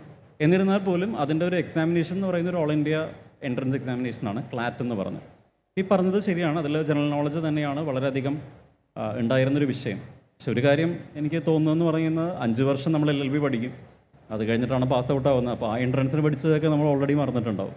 പിന്നെ അതിനേക്കാൾ വളരെ ഇൻഡെപ്ത് ആയിട്ടുള്ള ചോദ്യങ്ങളാണ് UPSC പരീക്ഷയ്ക്ക് ചോദിക്കുന്നത്. പക്ഷെ ആ പരീക്ഷയ്ക്ക് പഠിച്ച കുറേ കാര്യങ്ങളും അല്ലെങ്കിൽ അതിന് ഫോളോ ചെയ്ത ഡിസിപ്ലിനൊക്കെ പിന്നീടും UPSC പരീക്ഷയ്ക്ക് പഠിക്കുമ്പോൾ കുറച്ചും കൂടി വലിയ തോതിൽ നമ്മൾ റെപ്ലിക്കേറ്റ് ചെയ്യേണ്ടി വരും, എന്നാലും ഹെൽപ്പ് ചെയ്യുന്നതാണ്. I was not sure what exactly you're trying to ask by saying that like current affair and GS was helpful in the civil services. From the entrance exam you wrote for admission to JNU, has it helped you in civil service? Actually, JNU entrance exam was very economics specific, so I really didn't think that it helped that much with the civil services. But I would say that the exposure that I got in Jawaharlal Nehru University was something that did help. The environment was such that everybody, in fact, I had a group of my seniors who were preparing for civil services, so because of that it was helpful. But other than that, I think university, colleges really don't matter in civil services. Neither does the course matter in civil services. So I would say that you should probably not think about these factors. I think second question was about reading Hindu and making notes on it. I mean, a lot of people have different strategies, but I would say that I did not make notes from any newspaper. And I would say that you should first speak to people who have already made notes if it is helpful or not. and then perhaps you can think about doing it. That's all. And also, just one small thing, if you permit. Yes, yes. You can give the final comments also because we are winding up. Because you're in class 11th and 12th, it's a long journey before you are even eligible for civil services. So I would urge you, request you to please live your life as you want to do before thinking about giving the civil services exam. You do whatever you want, because civil services eligibility is not restricted to particular course, particular college, anything. You do anything and everything you want. If you think after your graduation, okay, maybe civil services still is something that I want to do, then you do it. This is how I have planned, or I did not plan, but this is how it happened with me. I did everything. I did economics. I worked in a private company. I came back, studied for my master's, and then after trying everything, then I thought, okay, no, civil services is something that I want to do, and then I prepared for it. Please don't restrict yourself from now only, from when you are like, you're like, what, 16, 17 years? Please don't restrict yourself to just civil services. Explore. There are so many opportunities apart from civil services that you can exploit and that the country needs. So please just give some thought to this point. Please just don't restrict yourself from now only to one particular career choice, howsoever good it may feel right now for you. Thank you. Thank you, sir. 2050-കളിലും ഇവർ സർവീസിലുണ്ടാവും. എന്താണ് sir കേരളത്തിൻ്റെ വിദ്യാഭ്യാസ രംഗത്തേക്ക് സാറിൻ്റെയൊക്കെ ഒരു പ്രതീക്ഷ? Akhil sir, അതോടെ പറഞ്ഞ് നമുക്ക് അവസാനിപ്പിക്കാം. ഒരു ഫൈനൽ കമൻറ്റോട് പറഞ്ഞോളൂ ഈ കുട്ടികൾക്ക് വേണ്ടി. അതുൽ സാർ പറഞ്ഞ പോലെ. ഇപ്പോൾ 2050 വരെ സർവീസിലുണ്ടാവുന്നത് തന്നെയാണ് ഞാനും പ്രതീക്ഷിക്കുന്നത്. പക്ഷേ ഇപ്പോൾ അതുൽ പറഞ്ഞ പോലെ തന്നെ കുറച്ച് നാൾ കഴിഞ്ഞിട്ട് ചിലപ്പോൾ ഇതല്ല നമ്മുടെ ഒരു ഡെസ്റ്റിനി എന്ന് തോന്നിക്കഴിഞ്ഞ് കഴിഞ്ഞാൽ ചിലപ്പോൾ ആ സമയത്ത് ഉണ്ടാവില്ല. അപ്പോൾ അത് വളരെ റെലവൻറ്റ് പോയിൻ്റ് ആണെന്ന് ഒന്നുകൂടി ഞാൻ റീഇൻഫോഴ്സ് ചെയ്യട്ടെ. കാരണം ഈ ഒരു സമയത്ത് നിങ്ങൾ ഇങ്ങനത്തെ ഒരു സെമിനാർ അറ്റൻഡ് ചെയ്യുന്നുണ്ട്, നിങ്ങൾക്ക് അങ്ങനെ ഒരു ഫയർ ബിൽഡ് ചെയ്യാനായിരിക്കാം നിങ്ങൾ ഈ സെമിനാർ അറ്റൻഡ് ചെയ്യുന്നത്. എന്നിരുന്നാൽ പോലും നിങ്ങളുടെ ഗ്രാജുവേഷന് നന്നായിട്ട് ഫോക്കസ് ചെയ്യുക. അത് കഴിഞ്ഞ് നിങ്ങളുടെ ഈ ലോകം തുറന്നു വയ്ക്കുന്ന എല്ലാ സാധ്യതകളും നിങ്ങൾക്കുള്ളതാണെന്നുള്ള ഒരു ബോധ്യം ഉണ്ടാക്കുക. അതിനുശേഷം നിങ്ങൾക്ക് തോന്നുകയാണ് സിവിൽ സർവീസ് ആണ് എൻ്റെ ഒരു ലക്ഷ്യമെന്ന് തോന്നുകയാണെങ്കിൽ സിവിൽ സർവീസിനെ കുറിച്ച് വ്യക്തമായി പഠിക്കുക, അതിൻ്റെ സാധ്യതകളെക്കുറിച്ച് പഠിക്കുക, അതിനുശേഷം സിവിൽ സർവീസ് ഓപ്റ്റ് ചെയ്യുക.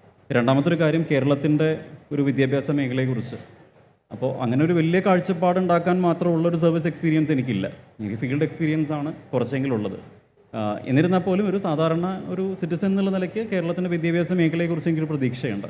കൂടുതൽ ആൾക്കാർ ഇവിടെ തന്നെ പഠിക്കാനുള്ള ഒരു നിലവാരത്തിലേക്ക് നമ്മുടെ വിദ്യാഭ്യാസ മേഖല മാറണം. അപ്പോൾ അതിനുള്ള ഒരു നല്ല ശ്രമം ഇപ്പോൾ നമ്മുടെ വിദ്യാഭ്യാസ വകുപ്പിൻ്റെ ഭാഗത്തുനിന്നും ഉന്നത വിദ്യാഭ്യാസ വകുപ്പിൻ്റെ ഭാഗത്തുനിന്നും ഉണ്ട് എന്നുള്ള കാര്യവും നമ്മൾ മനസ്സിലാക്കണം.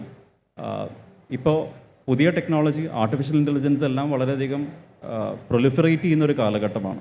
അപ്പോൾ ആ സാധ്യതകൾ മനസ്സിലാക്കി അങ്ങനെ കൂടുതൽ ഇമ്പാക്റ്റ് സമൂഹത്തിൽ ഉണ്ടാക്കുന്നതും അതുപോലെ തന്നെ കൂടുതൽ തൊഴിലവസരങ്ങൾ ഉണ്ടാക്കുന്നതും ഹൈ പെയ്ഡ് ജോബ്സ് ഉണ്ടാക്കുന്നതുമായിട്ടുള്ള സെക്ടർ ഐഡൻറ്റിഫൈ ചെയ്ത് അതിലെല്ലാവരും കുറച്ചും കൂടി ഫോക്കസ് കൊടുക്കണം എന്നുള്ളത് തന്നെയാണ് എൻ്റെ ഒരു ആഗ്രഹം. ഇപ്പോൾ 2050-60 കാലഘട്ടത്തിൽ കേരളം ഒരു എഡ്യൂക്കേഷണൽ ഹബ്ബായിട്ട് മാറട്ടെ. ഇവിടെ നിന്നും കുട്ടികൾ അധികം പുറത്തോട്ട് പോകാതെ ഇവിടെ തന്നെ നല്ല വിദ്യാഭ്യാസം കിട്ടാനുള്ള ഒരു അവസരം ഉണ്ടാകട്ടെ എന്നുള്ളതാണ് എൻ്റെ ആഗ്രഹം. Great vision sir, thank you. ഒരു ചിത്രശലഭത്തെ പോലെ ശാരീരിക പരിമിതികളെ മറികടന്ന ശാരിക മാമിൻ്റെ ഒരു ഫൈനൽ കമൻറ്റോടെ നമുക്ക് കേട്ടിട്ട് അവസാനിപ്പിക്കാം. നേരത്തെ സാറ് പറഞ്ഞ പോലെ തന്നെ സിവിൽ സർവീസ് ഒന്നുമല്ല നമ്മളെ ലൈഫിൻ്റെ എൻഡ്. നമ്മളെല്ലാം എക്സ്പ്ലോർ ചെയ്യണം. നമുക്ക് എന്താണോ ആഗ്രഹം, എന്ത് പഠിക്കണം എന്നാണോ ആഗ്രഹം, അതിനനുസരിച്ച് പോവുക. അത് സിവിൽ സർവീസിന് ഹെൽപ്ഫുൾ ആവുമോ എന്ന് നിങ്ങൾ ചിന്തിക്കരുത്. കാരണം സിവിൽ സർവീസിന് വേണ്ട ബേസിക് ക്വാളിറ്റി എന്ന് പറയുന്നത് ഒരു ഡിഗ്രി വേണം, ഏതെങ്കിലും ഒരു ഡിഗ്രി വേണം. അത് നിങ്ങൾ MBBS ആയാലും എൻജിനീയറിംഗ് ആയാലും വേറെ ഏത് എക്കണോമിക്സ് ആയാലും ഇംഗ്ലീഷ് ആയാലും മലയാളം ആയാലും ഏതായാലും കുഴപ്പമില്ല, ബേസിക് ഡിഗ്രി വേണമെന്നേ ഉള്ളൂ. അതുപോലെ തന്നെ 21 വയസ്സായിരിക്കണം, അതേ സിവിൽ സർവീസ് എന്ന് പറയുന്നുള്ളൂ. അപ്പോൾ നിങ്ങൾ അതുവരെ നിങ്ങൾക്ക് എന്തൊക്കെയാണ് ഇനി, നിങ്ങളിപ്പോൾ +1 +2 ക്ലാസ്സിൽ പഠിക്കുന്ന കുട്ടികളാണ്. അപ്പോൾ നിങ്ങളെ ആംബിഷൻസ് അല്ലെങ്കിൽ നിങ്ങളെ ഇഷ്ടങ്ങൾ എന്തൊക്കെയാണോ അതിനനുസരിച്ച് ഹയർ സ്റ്റഡീസിന് പോവുക. അത് കഴിഞ്ഞിട്ട് ആ സമയത്തും നിങ്ങളെ മനസ്സിൽ സിവിൽ സർവീസ് എന്നുള്ള ഉണ്ടെങ്കിൽ അതിന് തിരിച്ചു വരിക എന്നുള്ളതാണ്. പിന്നെ എന്താ പറയുക, നേരത്തെ സാറ് പറഞ്ഞു നമ്മളെല്ലാവരും ഒരു പൊതുവായൊരു ധാരണ ഉണ്ടാവും, നിങ്ങൾക്കത് ഉണ്ടാവില്ല എന്ന് ഞാൻ വിശ്വസിക്കുന്നു. എല്ലാവരും പറയുന്നൊരു കാര്യമാണ് നമ്മൾ സിവിൽ സർവീസിനൊക്കെ നമ്മൾ ഭയങ്കര നല്ല യൂണിവേഴ്സിറ്റി മീൻസ് നമ്മൾ നല്ല കോളേജിലും നല്ല സ്കൂൾ മീൻസ് ഇംഗ്ലീഷ് മീഡിയം സ്കൂളിൽ പഠിച്ച് അങ്ങനെയൊക്കെ വരണം എന്നുള്ളൊരു മിഥ്യാധാരണ എല്ലാവരും പൊതുവേ ഉണ്ടാവുന്നുണ്ട്. അപ്പോൾ സാർ എന്നോട് എടുത്തു പറയണമെന്ന് പറഞ്ഞൊരു കാര്യമാണ്. ഞാനും നിങ്ങളെപ്പോലെ ഒരു പൊതുവിദ്യാലയത്തിൽ പഠിച്ചിട്ട് സിവിൽ സർവീസ് ക്ലിയർ ചെയ്ത ഒരാളാണ്. അപ്പോൾ നിങ്ങളിൽ ഉള്ള കഴിവുകൾ നമ്മൾ ഒരിക്കലും കുറച്ച് കാണരുത്. നമ്മൾ എന്താ പറയുക, സെൽഫ് ബിലീഫാണ് നമുക്ക് ആദ്യം വേണ്ടത്. അതപ്പോൾ എപ്പോഴും ഉണ്ടായിരിക്കുക. പിന്നെ എന്താ സാറെല്ലാവരും പറഞ്ഞ പോലെ തന്നെ എനിക്കും പറയാനുള്ളൂ, നമ്മൾ ഇഷ്ടത്തിന് അനുസരിച്ച് മുന്നോട്ട് പോവുക, നന്നായിട്ട് പഠിക്കുക. Thank you. അമ്പൊടുങ്ങാത്ത ആവനാഴി പോലെ ചോദ്യശരങ്ങളുമായിട്ട് 500ഓളം കുട്ടികൾ, പുഷ്പശരങ്ങളെ പോലെ അത് ഏറ്റുവാങ്ങിക്കൊണ്ട് 3 മിടുക്കരായ യുവതലമുറയിലെ ഉദ്യോഗസ്ഥർ CGSEയുടെ ഈ ഒരു സെഷനെ ധന്യമാക്കിയതിന് ഹൃദയം നിറഞ്ഞ നന്ദി. Thank you sir, thank you very much. Over to MC. പ്രിയപ്പെട്ടവരെ, തീർച്ചയായിട്ടും നമ്മുടെ ഉള്ളു നിറച്ച, കൂടുതൽ തിരിച്ചറിവ് നൽകിയ, കൂടുതൽ വെളിച്ചം നൽകിയ ഒരു സെഷൻ തന്നെയായിരുന്നു ഈ കഴിഞ്ഞു പോയത്. അതിൽ തീർച്ചയായിട്ടും എന്നെ ഏറെ ഓർമ്മിപ്പിച്ച, അല്ലെങ്കിൽ അണ്ടർലൈൻ ചെയ്ത് ഓർമ്മിച്ച ഒരു കാര്യം, അറിയാത്ത കാര്യങ്ങൾ അറിയില്ല എന്ന് പറയാനുള്ള ഒരു ആർജവം. സിവിൽ സർവീസ് എന്ന ലോകത്തിലേക്ക് എത്താൻ ഒന്നും പരിമിതികളില്ലെന്ന് നമ്മളെ പഠിപ്പിച്ച ഒരു സെഷൻ. അത് തീർച്ചയായിട്ടും നമ്മൾക്ക് തന്ന ഊർജം വളരെ വലുതാണ്. വർദ്ധിത ആത്മവിശ്വാസം സമ്മാനിച്ചൊരു സെഷൻ തന്നെയായിരുന്നു ഇത്. ഇവിടെ നമ്മളോടൊപ്പം ഉണ്ടായിരുന്ന തൃശ്ശൂരിൻ്റെ sub collector Shri Akhil V Menon sir, assistant collector Athul sir, അതേപോലെ 2023 IAS പരീക്ഷ നേടിയ ശാരിക മാഡം, എല്ലാവർക്കും ദിശ 2024 ഹൃദയാഭിവാദ്യങ്ങൾ. നന്ദി എല്ലാവർക്കും. പ്രിയ വിദ്യാർത്ഥികളെ, there is nothing in this world that can trouble you more than your own thoughts. നമ്മുടെ ചിന്തകൾക്ക്, നമ്മുടെ സ്വപ്നങ്ങൾക്ക് പരിധിയിടാൻ മറ്റൊന്നുമില്ല എന്ന തിരിച്ചറിവിലേക്ക്, കൂടുതൽ ഊർജ്ജത്തിലേക്ക് വരുന്ന ഭാരതത്തെ കെട്ടിപ്പടുക്കാനുള്ള സിവിൽ സർവൻ്റായിട്ട് മാറാൻ നിങ്ങൾക്ക് കഴിയട്ടെ എന്ന് ആശംസിക്കുന്നു. Thank you all.